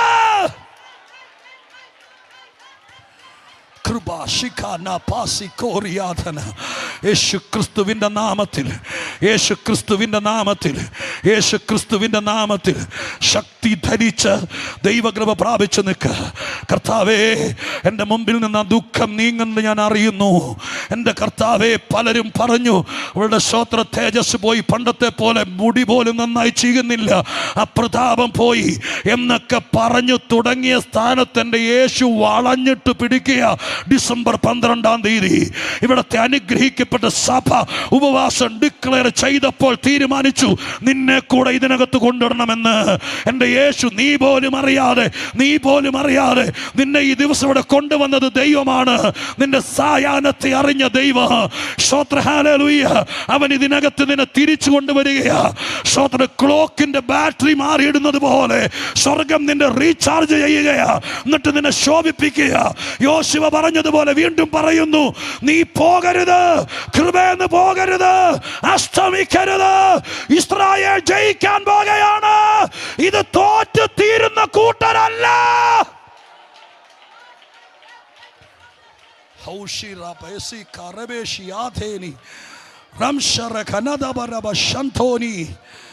സ്തോത്രം, സ്തോത്രം. എത്ര പേർക്ക് കാര്യം പിടികിട്ടുന്നുണ്ട്? സ്തോത്രം. ഞാനൊരു കട്ട് പീസ് വെട്ടി ഇതിനകത്ത് പ്രസംഗത്തിൽ കയറ്റിയതല്ല, പരിശുദ്ധാത്മാവ് ഈ വഴിക്ക് കൊണ്ടുവന്നതാണ്. എന്നോട് ദൈവം പറയുന്നു, നീ മടുത്തു. സ്തോത്രം. ആരാധിക്കുന്നത് ശ്രേഷ്ഠരുടെ കൂടെയാണ്, അഡ്രസ്സുള്ളൊരു കൂട്ടായ്മയിലാണ്. പക്ഷെ ആരും അറിയാത്തൊരു രഹസ്യഭാരമായിരുന്നു. ഞാൻ ഓരോ ദിവസം കഴിയും തോറും അസ്തമിക്കുന്നത് പോലായിരുന്നു. എനിക്ക് പിടിച്ചു നിൽക്കാൻ പറ്റാത്ത നമ്പരുണ്ടായിരുന്നു. പക്ഷെ ദൈവം ഇന്നെന്നെ കണ്ടു. ദൈവം ഇന്നെന്നെ കണ്ടു. 10 പടി തിരിച്ചു കയറി എന്നല്ലേ ഹിസ്കിയാവ് അസ്തമിക്കാൻ പോയവനല്ലേ? സ്തോത്രം. മരിക്കത്തക്ക ദീനം പിടിപെട്ട് ഇനി സിംഹാസനത്തിലേക്കില്ലെന്ന് വിചാരിച്ച് തൻ്റെ ജീവിതത്തിൻ്റെ സായാഹ്നം തുടങ്ങിയതാണ്, വൈകുന്നേരം ആരംഭിച്ചതാണ്. പക്ഷെ എന്നോട് ദൈവം പറയുന്നു, 10 പടി സൂര്യൻ പുറകോട്ട് കറങ്ങിയപ്പോൾ കൃത്യ ഉച്ചയ്ക്ക് വന്നു നിന്നു എന്ന് വേണം കരുതാൻ. എൻ്റെ ദൈവം നിന്നെ തിരിച്ചു കറക്കുക. ആ പണ്ടത്തെ സ്തോത്രം, ആ പണ്ടത്തെ അന്യഭാഷ, ആ പണ്ടത്തെ ഉപവാസം, രാത്രി എഴുന്നേറ്റ് പ്രാർത്ഥിച്ചുകൊണ്ടിരുന്ന നിന്നെ ഇന്ന് രാത്രി ആരും വിളിക്കണ്ട. ഞാനിത് ആത്മാവിൽ പറയുന്നു. നീ മൊബൈലിൽ അലാറം സെറ്റ് ചെയ്യണ്ട. എൻ്റെ കർത്താവ് നിന്നെ റീസെറ്റ് ചെയ്ത് വിടുകയാ. നിനക്കിനി ഉണരാതിരിക്കാൻ പറ്റില്ല. നിന്നെ ദൈവം 10 പടി തിരിച്ചു കയറ്റി വിടുകയാ. ദൈവകരം ഇറങ്ങി വരികയാ. സ്വർഗത്തിൻ്റെ കഴമ്പുള്ള ദൂതിന്ന് കൈമാറുകയാ. ഇന്ന് വന്നവർക്കായി ഞാൻ സ്തോത്രം ചെയ്യുന്നു. എന്നെക്കാൾ അതിശ്രേഷ്ഠ ശുശ്രൂഷയുള്ളവർ എനിക്ക് പിന്നാലെയുണ്ട്. പക്ഷേ ഈ പ്രാരംഭ ദിവസത്തിൽ ചിലരെ തിരിച്ച് കറക്കി നട്ടുച്ചയ്ക്ക് കയറ്റി നിർത്തിയിട്ട് ഞാൻ മടങ്ങിപ്പോയാൽ, സ്തോത്ര ഹല്ലേലൂയ, എൻ്റെ ഭാഗം ക്ലിയറായി. സ്വർഗം എന്നോട് പറയുന്ന ദൂതി ഞാൻ പറയാം. നിന്റെ മുമ്പിലിരിക്കുന്ന ചിലത് നിന്റെ ജീവിതത്തിന് സായാഹ്നത്തിൽ കൊണ്ടെത്തിച്ചു. പ്രായമായതുകൊണ്ടല്ല, നീ മരിക്കാൻ സമയമായില്ല, നീ തീരാൻ സമയമായില്ല. പക്ഷെ വിഷയങ്ങൾ നിന്നെ വൈകുന്നേരമാക്കി. അതിൽ നിന്ന് കർത്താവ് കൃത്യസമയത്ത് കർത്താവിൻ്റെ കയ്യിൽ കിട്ടിയതിനായി സ്തോത്രം ചെയ്യും. പറഞ്ഞുകൊണ്ടിരുന്ന പ്രസക്തമായ ഭാഗം, ഭൂതങ്ങളെ പുറത്താക്കിയപ്പോൾ അവിടെ ഒരു പ്രവചനം നിറവേറി എന്നെഴുതി. ആ പ്രവചനം ഇതാണ്: ഒരുവൻ വരും, വരുന്നത് ബലഹീനതയെടുക്കാൻ. കാലം കാത്തിരുന്നു ബലഹീനനായ മനുഷ്യൻ്റെ ബലഹീനതയെടുക്കാൻ. തന്നേക്കാൾ തൂക്കമുള്ള തടിപ്പിച്ച കാളയെ യാഗം കഴിച്ചാലും മനുഷ്യൻ്റെ ബലഹീനത പോകില്ലായിരുന്നു. തന്നോടത്തോളം വലിപ്പമുള്ളൊരു വിളക്ക് നേർച്ചയായി കൊടുത്താലും തൻ്റെ ബലഹീനത പോകില്ലായിരുന്നു. സ്തോത്രം. എന്നാൽ യേശു ക്രിസ്തു ഭൂമിയിൽ വന്നിട്ട് അവൻ്റെ മേൽ കിടന്ന ബലഹീനത എടുത്തു. സ്തോത്രം. അതോടെ മനുഷ്യൻ മനുഷ്യനാകാൻ തുടങ്ങി.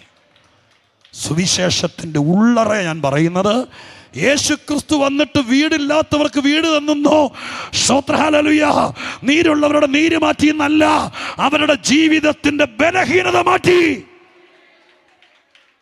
ഇന്ന് പകൽ ഇവിടുന്ന് പോകുന്നതിനേക്കാൾ മുമ്പ് സ്തോത്രം, ചുമ്മാ ഒരു യോഗം കേട്ടിട്ട് പോകരുത്.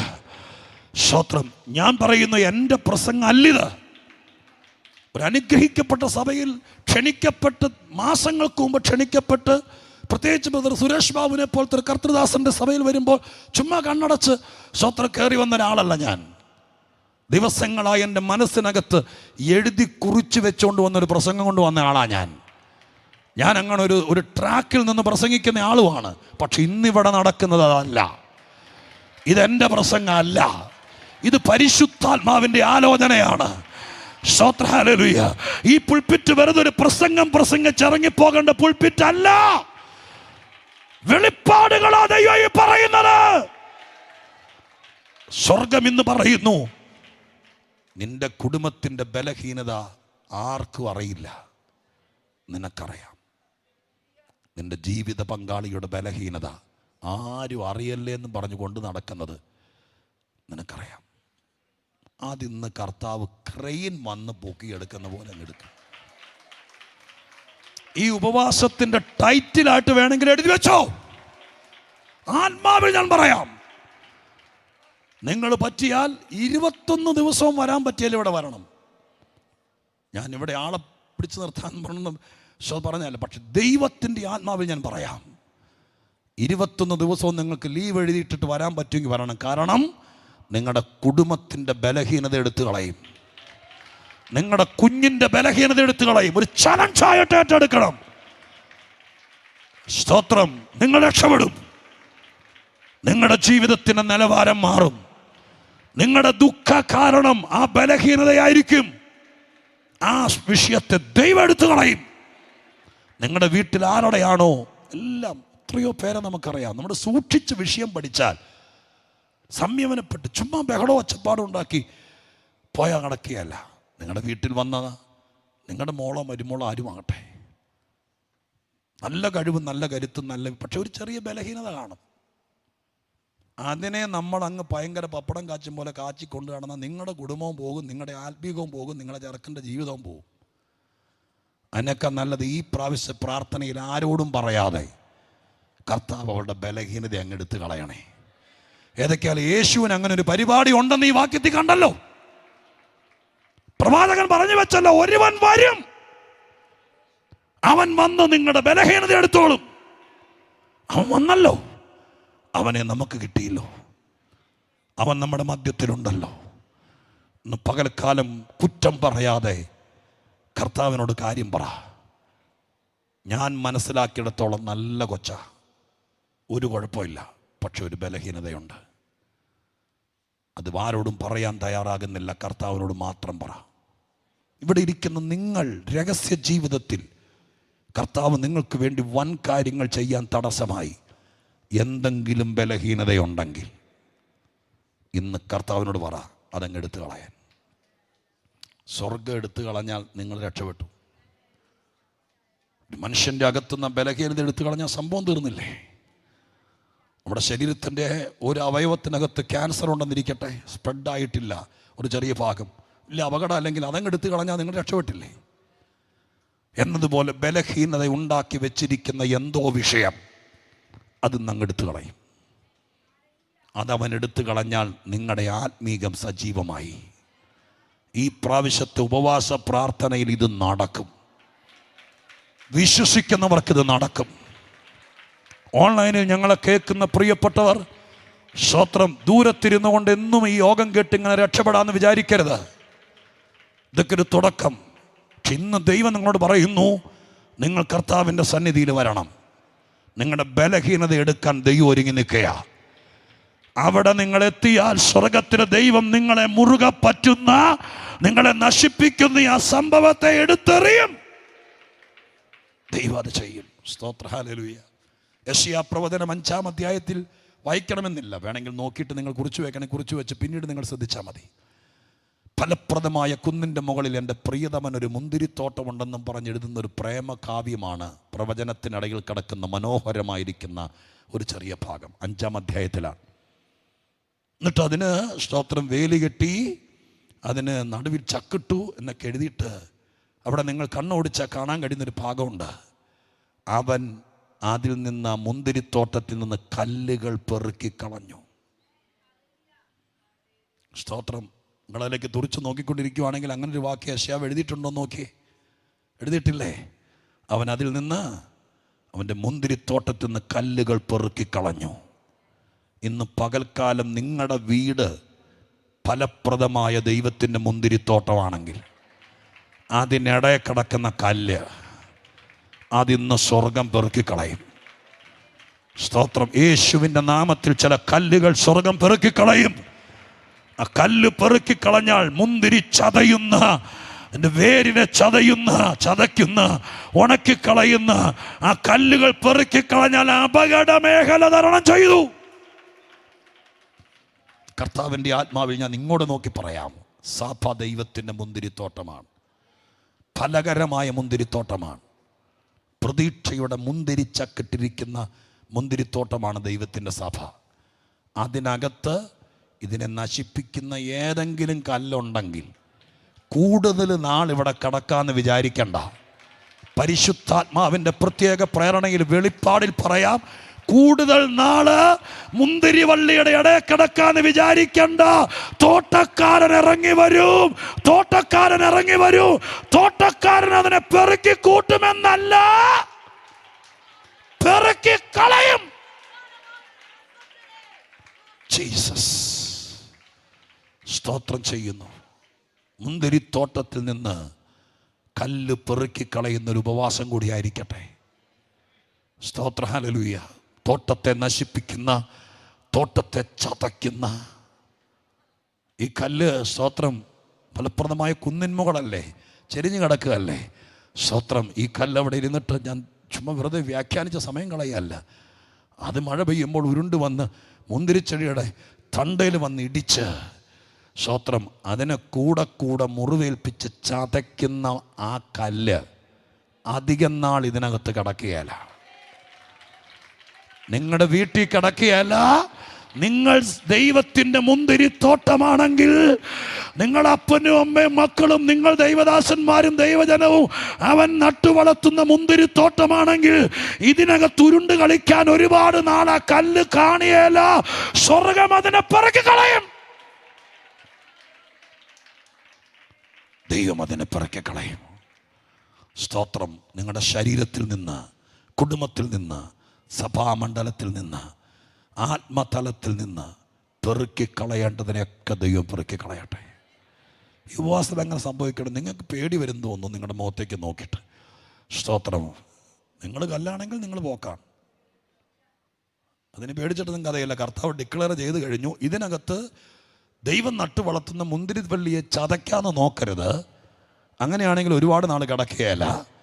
സ്തോത്രം. കർത്താവ് പെറുക്കി എറിയും. എവിടെ ചെന്ന് വീഴുന്നൊന്നും പറയാൻ പറ്റിയല്ല.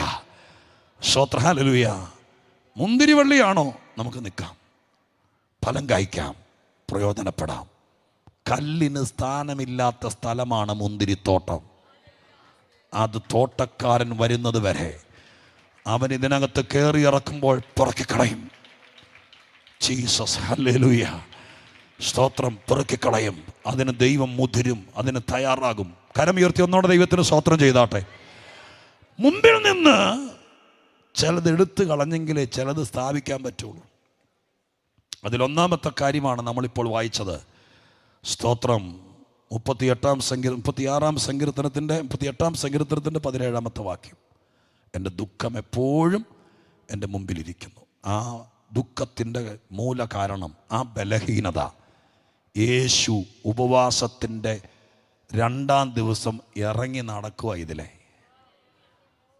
ചുമ്മാ ഒരു കഥ കേട്ടിരിക്കുന്നവർക്ക് അങ്ങനെ തന്നെ ഇരിക്കും. നാളെ നിങ്ങൾ വന്നിരിക്കും, ഇതിനേക്കാൾ നല്ല പ്രസംഗം കിട്ടും, പക്ഷേ കല്ല് പിറക്കി കളയുകയല്ല, ബലഹീനത എടുത്ത് കളയുകയല്ല. പക്ഷേ ഇത് ആടിയുറച്ച് വിശ്വസിക്കണം. ഇന്നെൻ്റെ കർത്താവ് എന്നെ ചിലത് ചെയ്തിട്ടുണ്ട്. എനിക്കൊരു ബലഹീനതയുണ്ടായിരുന്നു, ഞാൻ പെട്ടെന്ന് കോപിക്കുമായിരുന്നു, പെട്ടെന്ന് ഞാൻ തളരുമായിരുന്നു. പക്ഷെ ഇന്ന് ദൈവം അത് പെറുക്കി കളഞ്ഞിട്ടുണ്ട്. സ്തോത്രം. ഹല്ലേലൂയ. സ്തോത്രം. ദൈവം അത് ചെയ്തിട്ടുണ്ട്. കർത്താവ് അതിന് ഇട കൊടുത്തിട്ടുണ്ട്. വേറൊരു കാര്യം നമുക്ക് വേണ്ടത് നോക്കാം. സ്തോത്രം. ഒന്ന് വായിച്ചു നോക്കിയാട്ടെ. സങ്കീർത്തനം തന്നെ 44-ാം സങ്കീർത്തനത്തിൻ്റെ 16-ാം വാക്യം വായിച്ചാട്ടെ. 44-16 വായിച്ചാട്ടെ. എന്റെ അപമാനം ഇടവിടാതെ എന്റെ മുമ്പിലിരിക്കുന്നു. എൻ്റെ അപമാനം ഇടവിടാതെ എന്റെ മുമ്പിലിരിക്കുന്ന സൂത്രങ്ങളാണ് ഞാനീ പറയുന്നത്. സ്തോത്രം. മറ്റത് ദുഃഖമായിരുന്നു 38-ാം സങ്കീർത്തനത്തിൽ. ഇവിടെ 44-16 പറയുന്നു എൻ്റെ അപമാനം. സ്തോത്രം. എൻ്റെ അപമാനം ഇടവിടാതെ എപ്പോഴും എൻ്റെ മുമ്പിൽ എന്തോ സംഭവിച്ചു പോയി കാണും, അതിന് നിന്നയായി കാണും. പക്ഷേ യേശു ക്രിസ്തു അതിന് പരിഹാരം വരുത്തുന്നവനല്ലേ. കർത്താവ് തീർത്ത കാര്യം പിന്നെ നിങ്ങളുടെ മുമ്പിൽ വെച്ചുകൊണ്ടിരിക്കരുത്. സ്തോത്രം. അപമാന വിഷയം, അതിൻ്റെ കാരണം എന്തു ആയിക്കോട്ടെ. ചിലപ്പോൾ നമ്മുടെ പരിജ്ഞാനക്കേട് കൊണ്ട് പറ്റിയതായിരിക്കാം, ചിലപ്പോൾ നമ്മുടെ അറിവ് കേട് കൊണ്ട് പറ്റിയതായിരിക്കാം, ചിലപ്പോൾ നമുക്ക് സ്തോത്രം ഇത്രയും പക്വതയില്ലാത്തത് പറ്റിയതായിരിക്കാം. ഇതുകൊണ്ടൊക്കെയാണല്ലോ പലപ്പോഴും സംഭവിക്കുന്നത്. അപമാനങ്ങളിൽ കൂടെ പോകാത്ത ആളുകൾ ആരുണ്ട്? 46 വയസ്സ് വരെയും ജീവിച്ചിട്ട് 52 വയസ്സ് വരെയും ജീവിച്ചിട്ട് ഇന്ന് വരെയും ഒരു ബ്ലെയിം ആരുടെ മുമ്പിൽ പറ്റിയിട്ടില്ലെന്ന് പറയാൻ എന്തെങ്കിലുമൊക്കെ അപജയങ്ങൾ പറ്റിക്കാണും, അബദ്ധങ്ങൾ പറ്റിക്കാണും. എത്രയോ പേർക്ക് പറ്റിയിട്ടുണ്ട്. അബ്രഹാമിൻ്റെ ജീവിതത്തിലൊക്കെ ഇനി അത് പറ്റിയെന്ന് പറഞ്ഞ് നമ്മളത് പറ്റിക്കാൻ വേണ്ടി നടക്കരുത്. സ്തോത്രം. ഇല്ലേ? അബദ്ധങ്ങൾ പറ്റി. ഇസ്മായിൽ ജനിച്ചത് ഒരു വൻ അബദ്ധമല്ലേ? ചെയ്യാൻ പാടില്ലാത്തതല്ലായിരുന്നു, പറ്റിപ്പോയി. അതിൻ്റെ തീരാവ്യഥകൾ ഇന്നും ലോകം അനുഭവിക്കുന്നു. പക്ഷേ ദൈവം ഉപയോഗിക്കേണ്ട മനുഷ്യനാണ്. അത് പറ്റിയെന്നും പറഞ്ഞുകൊണ്ട് അവനൊരു മൂലയിൽ പോയിരുന്നായിരുന്നെങ്കിൽ ഇസഹാക്ക് ജനിക്കില്ലായിരുന്നു. സ്തോത്രം. എൻ്റെ വാക്ക് തെറ്റിദ്ധരിക്കരുത്. സാറേ അബ്രഹാമും കൂടി അവിടെ വെച്ച് പിരിഞ്ഞായിരുന്നെങ്കിൽ കഥ മറ്റൊന്നായേനെ. ആ വീട്ടിൽ വലിയ പ്രശ്നം ഉണ്ടായില്ലേ? അപമാന വിഷയം ഉണ്ടായി, പ്രശ്നം ഉണ്ടായി, ആരെങ്കിലും കേട്ട നാണക്കേടുണ്ടാകുന്ന വിഷയം ഉണ്ടായി. പക്ഷെ എൻ്റെ ദൈവം ഇടപെട്ടു. അത് ദൈവം എടുത്തു കളഞ്ഞു. ദൈവം തീർത്ത കാര്യം. എന്തെങ്കിലും വിഷയങ്ങൾ തീരാനോ ഏറ്റുപറയാനൊക്കെ ഉണ്ടെങ്കിൽ കർത്താവുമായിട്ട് തീർത്തോളണം. നിങ്ങളുടെ അടുക്കൽ ഇറങ്ങി വന്ന് തലേ കൈവച്ച് നിങ്ങൾ സ്കാൻ ചെയ്ത് നിൻ്റെ ഉള്ളിൽ ഇന്ന പ്രശ്നമുണ്ടെന്ന് പറയാനുള്ള കൃപ ദൈവം എനിക്ക് തന്നിട്ടില്ല. പക്ഷെ ഞാൻ നിങ്ങളെ ധാരണ തരാം. ഏതെങ്കിലും കാര്യങ്ങൾ നിങ്ങൾ ദൈവവുമായിട്ട് കോംപ്രമൈസിലാകാൻ ഉണ്ടെങ്കിൽ അത് ഈ പ്രാർത്ഥനയിൽ പറഞ്ഞോളണം. കർത്താവ് പറയുകയാണ്, സ്തോത്രം, ഞാൻ നിൻ്റെ മുഖത്തെ ആദരിച്ചോളാം, ഞാൻ നിൻ്റെ പാപത്തെ സമുദ്രത്തിൻ്റെ അടിയിലേക്ക് ഇട്ട് കളയുകയാണ്, ഇനി നീ അതിനെക്കുറിച്ച് ഓർക്കണ്ട എന്ന് പറഞ്ഞാൽ പിന്നെ ഓർക്കരുത്, പിന്നെ അത് മുമ്പിൽ വെച്ചുകൊണ്ടിരിക്കരുത്. ആരാണ്ടും കളിയാക്കി, ആരാണ്ടും ചെയ്ത് ശരിയാണ്, പോരായ്മകളും കുറവുകളൊക്കെ വന്നു, പക്ഷേ അതെല്ലാം ദൈവം തട്ടിക്കളഞ്ഞു. ഇനി അപമാനത്തെ മുമ്പിൽ വെക്കരുത്. ഞാനൊരു പുതിയ മനുഷ്യനാകുകയാണ്, എന്നെ ഒരു പുതിയ സൃഷ്ടിയാക്കുകയാണ്. ദൈവത്തിൻ്റെ കൈ എനിക്ക് വേണ്ടി കൂടെ ഇരിക്കുകയാണ്. സ്വർഗം അങ്ങനെ ചെയ്യാൻ പോകുന്ന ദിവസങ്ങളാണിത്. പരിശുദ്ധാത്മാവ് അത് ചെയ്യാൻ പോയാൽ പിന്നെ അതിന് മുമ്പിലിരിക്കരുത്. ആരുടെയോ നാണക്കേടുകൾ, കുടുംബങ്ങൾക്ക് നേരിട്ട വിഷയങ്ങൾ, ജീവിതത്തിൽ സംഭവിച്ച അപജയങ്ങൾ, അത് മുഴുവൻ ഈ പ്രാർത്ഥനയിൽ ഒരു മുറി തൂത്തുവാരി. ഹല്ലേലൂയ. നിങ്ങൾ അമ്മമാരല്ലേ കൂടുതലും ഇന്ന് വന്നിരിക്കുന്നത്, സിസ്റ്റേഴ്സ് അല്ലേ, നിങ്ങളൊരു മുറി തൂത്തുവാരി ഒരു ഡസ്പാനകത്ത് അതിൻ്റെ ചൂല് കൊണ്ട് തൂത്തുവാരി എടുക്കുന്നത് പോലെ സ്വർഗത്തിലെ ദൈവം ചില കാര്യങ്ങളെ ഇന്നിവിടെ തൂത്തുവാരി എടുക്കുകയാണ്. നിങ്ങളുടെ മുമ്പിൽ നിന്ന് കൊണ്ടുപോയി കളയുക.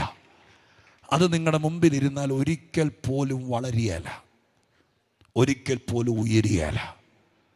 സ്തോത്രം. ഇതെല്ലാം സംഭവങ്ങൾ. അപ്പോൾ യാക്കോബിൻ്റെ ജീവിതം, ഞാൻ അതൊക്കെ സംഭവിച്ചു എന്ന് പറഞ്ഞുകൊണ്ട് അതിനെല്ലാം പ്രൊമോട്ട് ചെയ്യാമെന്ന് വിചാരിക്കരുത്. പക്ഷെ ഇന്നിവിടുത്തെ ദൂതിതാണ്, അതുകൊണ്ട് ഞാൻ ഈ കാര്യം പറയുക.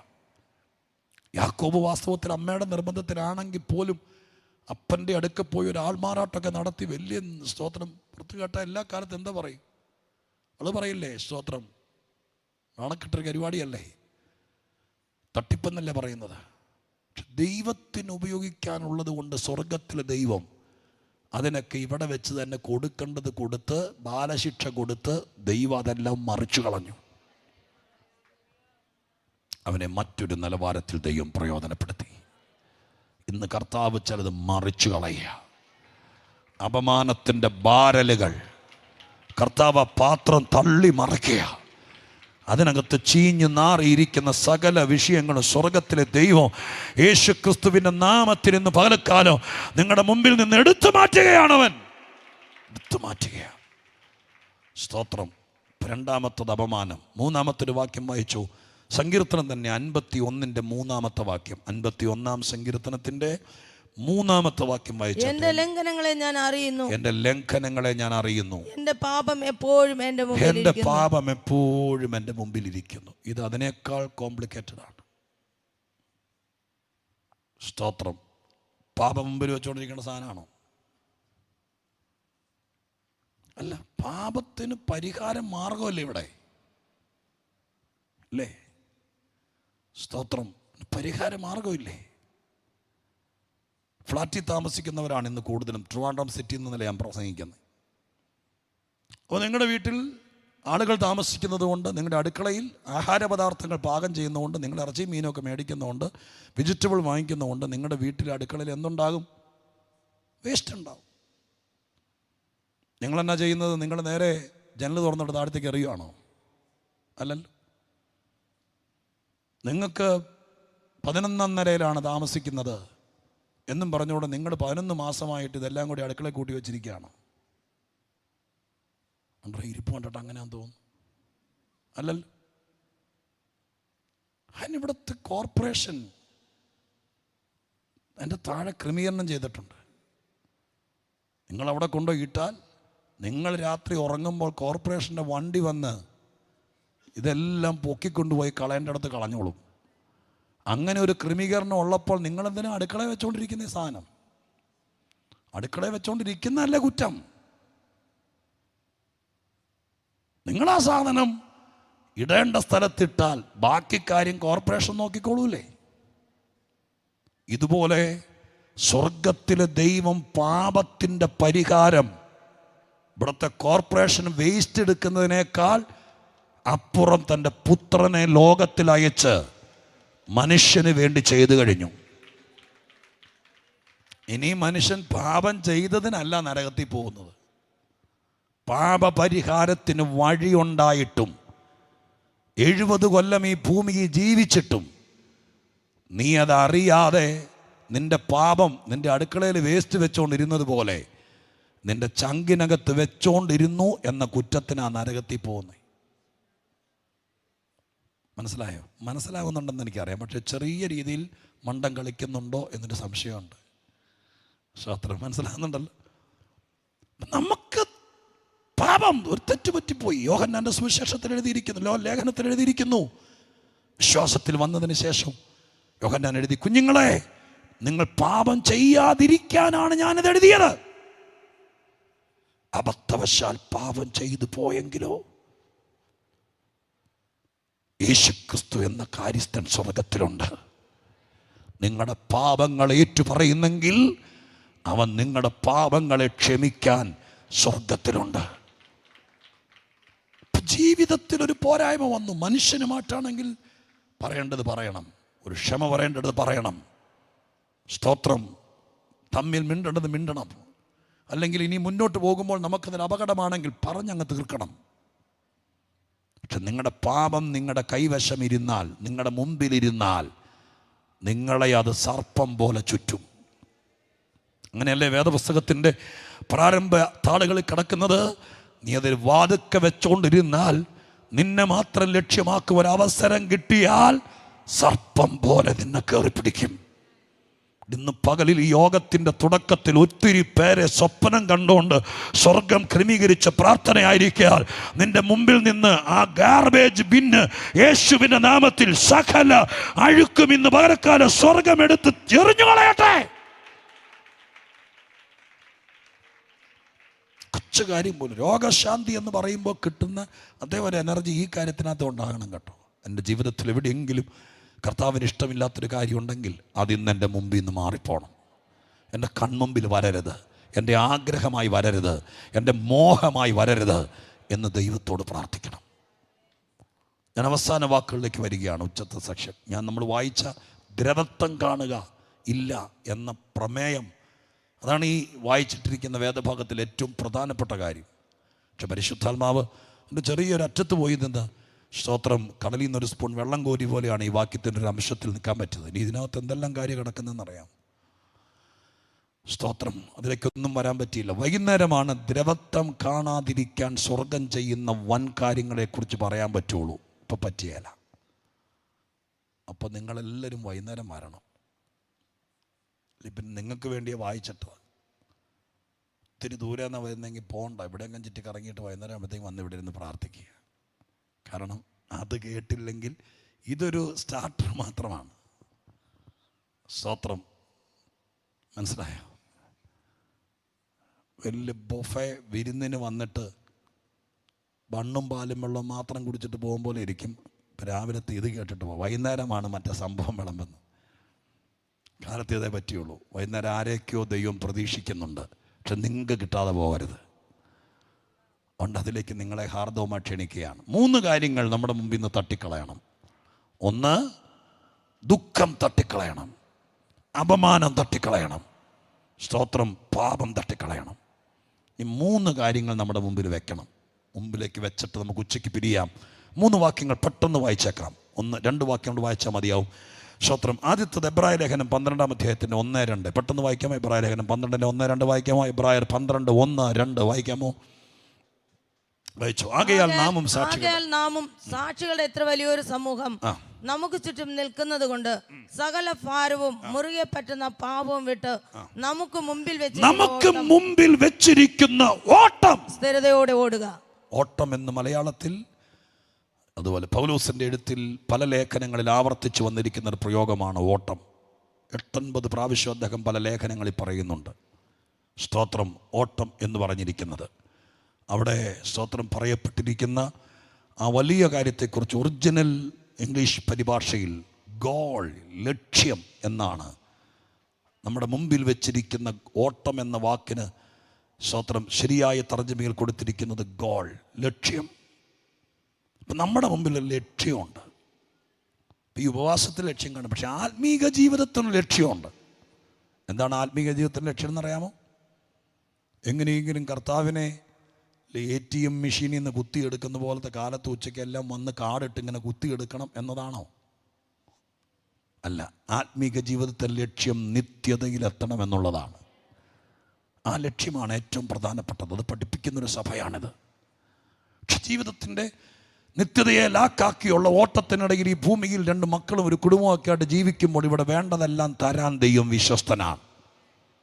അത് നമുക്ക് തരും. പക്ഷേ നമ്മുടെ മുമ്പിൽ വെച്ചിരിക്കുന്ന ലക്ഷ്യം. അപ്പോൾ ആത്മീക ജീവിതത്തിനകത്ത് വേണ്ടാത്തവരെ ആരെയും മുമ്പിൽ വെക്കരുത്. ആരോ പറഞ്ഞവർ, തോറ്റവർ, നിരാശപ്പെടുത്തുന്നവർ, കുറ്റം പറയുന്നവർ, സ്തോത്രം, ഏതോ ഇല്ലാ കഥകൾ പ്രചരിപ്പിക്കുന്നവർ, അതൊന്നുമല്ല നമ്മുടെ മുമ്പിൽ വെക്കേണ്ടത്. നമ്മുടെ മുമ്പിൽ നമുക്കൊരു ലക്ഷ്യമുണ്ട്.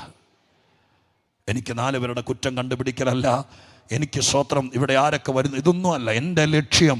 ഞാനിവിടെ വരുന്നതിൻ്റെ ലക്ഷ്യം, ഞാൻ ഈ പ്രാർത്ഥനയ്ക്ക് വരുന്നതിൻ്റെ ലക്ഷ്യം, എനിക്കും എൻ്റെ കുടുംബത്തിനും നിത്യതയിലെത്തണം. സ്തോത്രം, അതിനുപകരിക്കുമെന്ന് തോന്നുന്നെങ്കിൽ ആ ലക്ഷ്യത്തിൽ നിന്ന് മാറരുത്.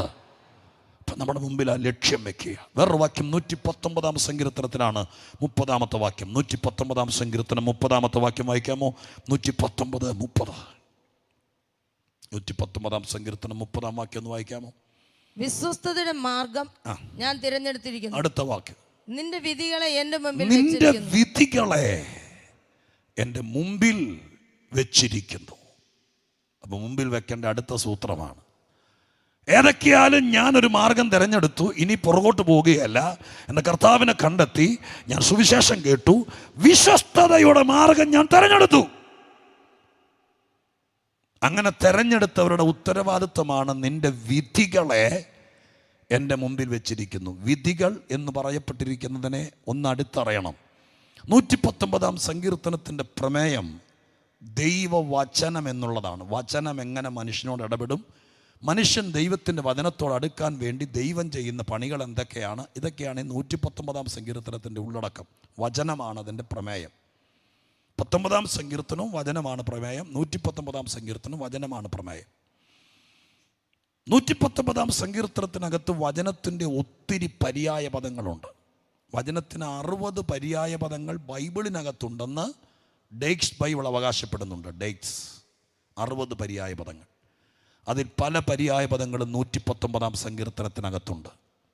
വചനം, തിരുവചനം, പ്രമാണം, ന്യായപ്രമാണം, ചട്ടം, കൽപ്പന, വിധി, ഇതെല്ലാം വചനത്തിൻ്റെ പര്യായ പദങ്ങളാണ്. അങ്ങനെയാണ് ഇവിടെ എഴുതിയിരിക്കുന്ന എൻ്റെ വിധികളെ എൻ്റെ മുമ്പിൽ വെച്ചിരിക്കുന്നു എന്ന് പറഞ്ഞ എൻ്റെ ഉദ്ദേശം 119 ഉദ്ദേശിക്കുന്നത് നിന്റെ വചനം എൻ്റെ മുമ്പിൽ വെച്ചിരിക്കുകയാണ്. എനിക്ക് നാട്ടുകാർ പറഞ്ഞല്ല, പാരമ്പര്യം പറഞ്ഞല്ല, ഇവിടുത്തെ സൈക്കാട്രിസ്റ്റോ സൈക്കോളജിസ്റ്റോ ഇവരാരും പറഞ്ഞല്ല. എനിക്ക് ദൈവവചനം എന്ന് പറയുന്നു, അതാണ് എൻ്റെ മുമ്പിൽ വെച്ചിരിക്കുന്നത്. വചനം മുമ്പിൽ വെച്ച് ജീവിച്ചാൽ തളരാതെ നമുക്ക് അക്കരെ നാട്ടിലെത്താം. അവർ പറഞ്ഞു ഇവർ പറഞ്ഞു എന്ന് പറയുന്നതെല്ലാം മുമ്പിൽ വെച്ചുകൊണ്ടിരുന്നാൽ നമുക്ക് ഓട്ടം പഞ്ചറായ വണ്ടി ഇട്ട് ഓടിക്കും പോലെ ഇരിക്കും, എങ്ങും എത്തിയല്ല. അപ്പം ദൈവത്തിൻ്റെ വചനം മുമ്പിൽ വയ്ക്കുക. മൂന്നാമത്തത് നമ്മൾ വായിച്ച കുറിവാക്യത്തിനകത്തുണ്ട്, ഞാൻ എൻ്റെ കർത്താവിനെ എപ്പോഴും എൻ്റെ മുമ്പിൽ കണ്ടിരിക്കുന്നു എന്നാണ് ഇവിടെ വന്നത്. സങ്കീർത്തനത്തിനകത്ത് എൻ്റെ മുമ്പിൽ വെച്ചിരിക്കുന്നു, യഹോവയെ ഞാൻ എപ്പോഴും എൻ്റെ മുമ്പിൽ വെച്ചിരിക്കുന്നു. ഇപ്പം എൻ്റെ മുമ്പിൽ ഞാൻ കണ്ണ് തുറന്ന് നോക്കുന്നത് പിശാചിനെ അല്ല, എൻ്റെ ദൈവത്തെയാണ്. നമ്മുടെ മുമ്പിൽ എന്ത് വെക്കുന്നോ അങ്ങനെ ഇരിക്കും ജീവിതം. ഈ പ്രാർത്ഥനയിൽ നിങ്ങൾ നിർബന്ധമായും തിരിച്ചറിയണം, കർത്താവ് ചില ബലഹീനതകളൊക്കെ ഇതിനകത്ത് എടുത്തു കളഞ്ഞിട്ടുണ്ട്. ഇനി അത് നിങ്ങൾ തിരിച്ച് വീട്ടിൽ ചെല്ലുമ്പോൾ പോലും നിങ്ങളുടെ അമിത വിശ്വാസം ഉണ്ടെങ്കിൽ കാണിയല്ല, അതിനെ സ്വർഗം അതിനെ നിരപ്പാക്കിയിട്ടുണ്ട്. യേശുവിൻ്റെ നാമത്തിൽ തിരിച്ച് നിങ്ങളുടെ ബസ് സ്റ്റോപ്പിൽ വണ്ടി ഇറങ്ങി തിരിച്ച് ചെല്ലുമ്പോൾ കർത്താവ് ചില ദുർഘടങ്ങളെ, ചില തടസ്സങ്ങളെ, നിങ്ങളുടെ അടുത്ത ഫോൺ കോളുകളിൽ നിങ്ങളുടെ മക്കൾ വിളിക്കും, മമ്മി ആ തടസ്സം മാറി, ആ വിഷയം അങ്ങ് മാറി, ആ പ്രശ്നം അങ്ങ് തീർന്നു, അത് ദൈവം എടുത്തു കളഞ്ഞു. നിന്റെ ദുഃഖ വിഷയത്തെ, നിന്റെ അപമാന വിഷയത്തെ, നിന്നെ കൂടെ വശീകരിച്ച് തകർത്തുകൊണ്ടിരുന്ന പാപമംഗലമായ വിഷയത്തെ എൻ്റെ ദൈവം ഈ പ്രാർത്ഥനയിൽ തീരുമാനിച്ചു എടുത്തു കളയുക. പകരം നിന്റെ മുമ്പിൽ ദൈവത്തിൻ്റെ വചനവും, നിന്റെ മുമ്പിൽ നിന്റെ ആത്മീക ലക്ഷ്യവും, നിന്റെ ദൈവവും, ഇത് മാത്രം മതി മുമ്പിൽ. ഒന്ന് എഴുന്നേറ്റ് നിൽക്കാമെങ്കിൽ ഞാനൊരു വാക്ക് നിങ്ങൾക്ക് വേണ്ടി ഉച്ചയ്ക്ക് പ്രാർത്ഥിക്കാം. ഈ എഴുന്നേറ്റ് നിൽക്കുമ്പോൾ ആരും പോകരുത്. കാരണം ഇപ്പോൾ എഴുന്നേറ്റ് നിന്നത് ഞാൻ പറഞ്ഞത് പ്രാർത്ഥിക്കാമെന്നാണ്. പ്രാർത്ഥിക്കാം എന്ന് പറയുമ്പോൾ ആരും അറിയാതെ എഴുന്നേറ്റ് പോകുന്നത് ആത്മസാന്നിധ്യത്തോട് കാണിക്കുന്ന അപമര്യാദയാണ്. പോണമായിരുന്നെങ്കിൽ നിങ്ങൾക്കൊരു 1:30 പോകാം, 2 മണിക്ക് 1:45 പോകാം, അതിനൊക്കെ സ്വാതന്ത്ര്യം ഈ സഭയിൽ കാണുമായിരിക്കും. ഇപ്പോൾ ഒരു 1 മിനിറ്റ് അവിടെ നിങ്ങൾ പ്രാർത്ഥനയെ അവോയ്ഡ് ചെയ്തു പോകുന്നത് ദൈവസന്നിധിയിലെ കുറ്റകരമാണ്. അത് കേട്ട വചനത്തെ മുറുകെ പിടിച്ചുകൊണ്ട് സ്വർഗത്തിലേക്ക് നോക്കി ദൈവത്തോടൊരു നിമിഷം പ്രാർത്ഥിക്കാമെങ്കിൽ പ്രാർത്ഥിച്ചാട്ടെ. കർത്താവേ, ഈ പ്രാർത്ഥനയിൽ തുടക്കത്തിൽ തന്നെ എന്തൊക്കെയോ സംഭവിക്കുന്നത് ഞാൻ അറിയുന്നുണ്ട്. എനിക്ക് സഹിക്കവയ്യാത്ത എന്തൊക്കെയോ ദൈവം എടുത്തു കളയുന്നുണ്ട്. കല്ല് പെറുക്കി കളഞ്ഞ കാര്യം നിങ്ങൾ മറന്നില്ലല്ലോ. ശരിക്കും കർത്താവ് നിങ്ങളുടെ വീട്ടിൽ നിന്ന് ചില കല്ല് പെറുക്കി കളയും കേട്ടോ. നിങ്ങളുടെ വീട്ടിൽ നിന്ന് വ്യക്തികളെ ഒഴിവാക്കുന്ന കാര്യമല്ല പറയുന്നത്. മറഞ്ഞു കിടന്ന് നിങ്ങളുടെ കാൽ ഉളുക്കുന്നത് പോലെ ചുമ്മാ പ്രശ്നം ഉണ്ടാക്കുന്ന ചില കല്ലുകൾ, അതിനെ സ്വർഗം ആ പ്രശ്നങ്ങളെ എടുത്തു കളയും. ധാരണപ്പശകൾ, നിങ്ങളുടെ ദാമ്പത്യ ജീവിതത്തെ പോലും ബാധിച്ചിരിക്കുന്ന ചില വിഷയങ്ങൾ, നിങ്ങളുടെ ബിസിനസ്സിൽ നിന്ന്, നിങ്ങളുടെ മക്കളുടെ ജീവിതത്തിൽ നിന്ന് സ്വർഗം ചില ബലഹീനത എടുത്തു കളയും, കല്ലുകൾ പെറുക്കിക്കളയും, നിങ്ങളുടെ മുമ്പിൽ നിന്ന് ചിലത് തട്ടിക്കളയും. ഈ 3 കാര്യമാണ് പകലത്തെ ശുശ്രൂഷയുടെ കാതൽ. അതിന്ന് 2-ാം ദിവസം ദൈവം ഇവിടെ ചെയ്തു. യേശുവിൻ നാമത്തിൽ ചെയ്തു. അത് വിശ്വസിച്ചവരുടെ മേലെ അത് വ്യാപരിച്ചു. ദൈവത്തിന്റെ ശക്തി നിങ്ങളെ തൊട്ടു. കർത്താവിന്റെ ദൂതന്മാർ മുമ്പിൽ വന്ന് സ്വർഗം അത് നിറവേറ്റി. യോസേപ്പിന്റെ ഗ്രഹവിചാരകൻ ചാക്കുകെട്ടിനകത്ത് ധാന്യവുമായി പോകുന്ന സ്വത്രം ഗോത്ര പിതാക്കന്മാരെന്ന് വിളിക്കപ്പെടുന്നവരുടെ ചാക്കുകെട്ട് പിടിച്ചിറക്കി അതിനകത്തിരുന്ന പാനപാത്രം എടുത്തു മാറ്റിയതുപോലെ ഉപവാസ പ്രാർത്ഥനയുടെ 2-ാം ദിവസം നിങ്ങളെ പിടിച്ചു നിർത്തി നിങ്ങളുടെ ജീവിതമാകുന്ന ചാക്കുകെട്ട് അടിച്ച് അതിനകത്ത് മറഞ്ഞിരുന്ന പാനപാത്രം ഇതിനകത്ത് വെച്ച് ദൈവം എടുത്തു കളഞ്ഞു. ഇനി നിങ്ങൾ പാനപാത്രം ചുമക്കുന്നവരായി പോകരുത്. ധാന്യം ചുമക്കുന്നവരായിരിക്കണം. സ്വർഗത്തിന്റെ വിത്ത് ചുമക്കുന്നവരായിരിക്കണം. സ്തോത്രം, ഹല്ലേലൂയ, സ്തോത്രം, ഹല്ലേലൂയ. ദൈവം തന്ന നന്മയുടെ കൂടെ ഒരു പാനപാത്രം കൂടെ, ഇത് 2ഉം കൂടി ചുമക്കേണ്ട സിസ്റ്ററിനി. നിന്നെ നല്ല കുടുംബജീവിതത്തിനകത്ത് നല്ല ഭർത്താവിനെ, നല്ല മക്കളെ, നല്ല ജോലി എല്ലാം തന്നു, വലിയ വീട്. പക്ഷെ ആ കൂടെ ഒരു പാനപാത്രം കൂടി ആരോ തിരികെ കയറ്റി വെച്ചു. ഇന്ന് സ്വർഗം അതെടുത്തു കളയുക. യേശുവിൻ നാമത്തിൽ ദൈവം അതെടുത്തു കളയുക. ദൈവം അതെടുത്തു കളയുക. വിദേശത്തിരുന്ന് കേൾക്കുന്ന പ്രിയപ്പെട്ടവരുടെ ശ്രദ്ധയ്ക്ക്, നല്ല രാജ്യത്ത് നിന്റെ സമപ്രായക്കാർക്ക് എത്താൻ പറ്റാത്ത രീതിയിൽ നിന്റെ കയ്യിൽ നിന്ന് 10 രൂപ മുടക്കാതെ അവിടെ ദൈവം അയച്ചു. ഫ്ലൈറ്റ് ടിക്കറ്റ് വരെ നിനക്ക് അയച്ചു തന്നു. നല്ല അക്കോമഡേഷൻ, നല്ല കമ്പനി.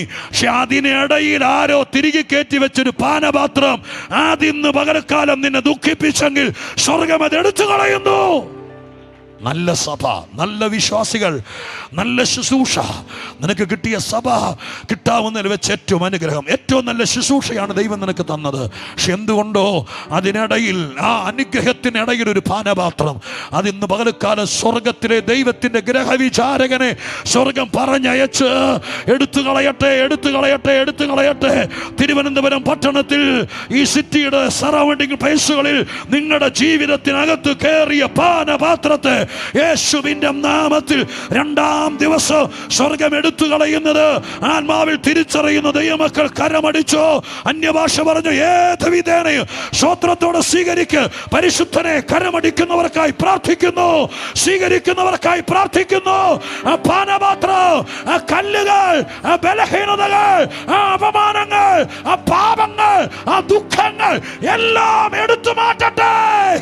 സ്വർഗം അത് ചെയ്യുന്നതിന് നന്ദി. യേശുവിന്റെ നാമത്തിൽ തന്നെ സന്തോഷത്തോടെ ദൈവത്തിന് സ്തോത്രം ചെയ്താട്ടെ.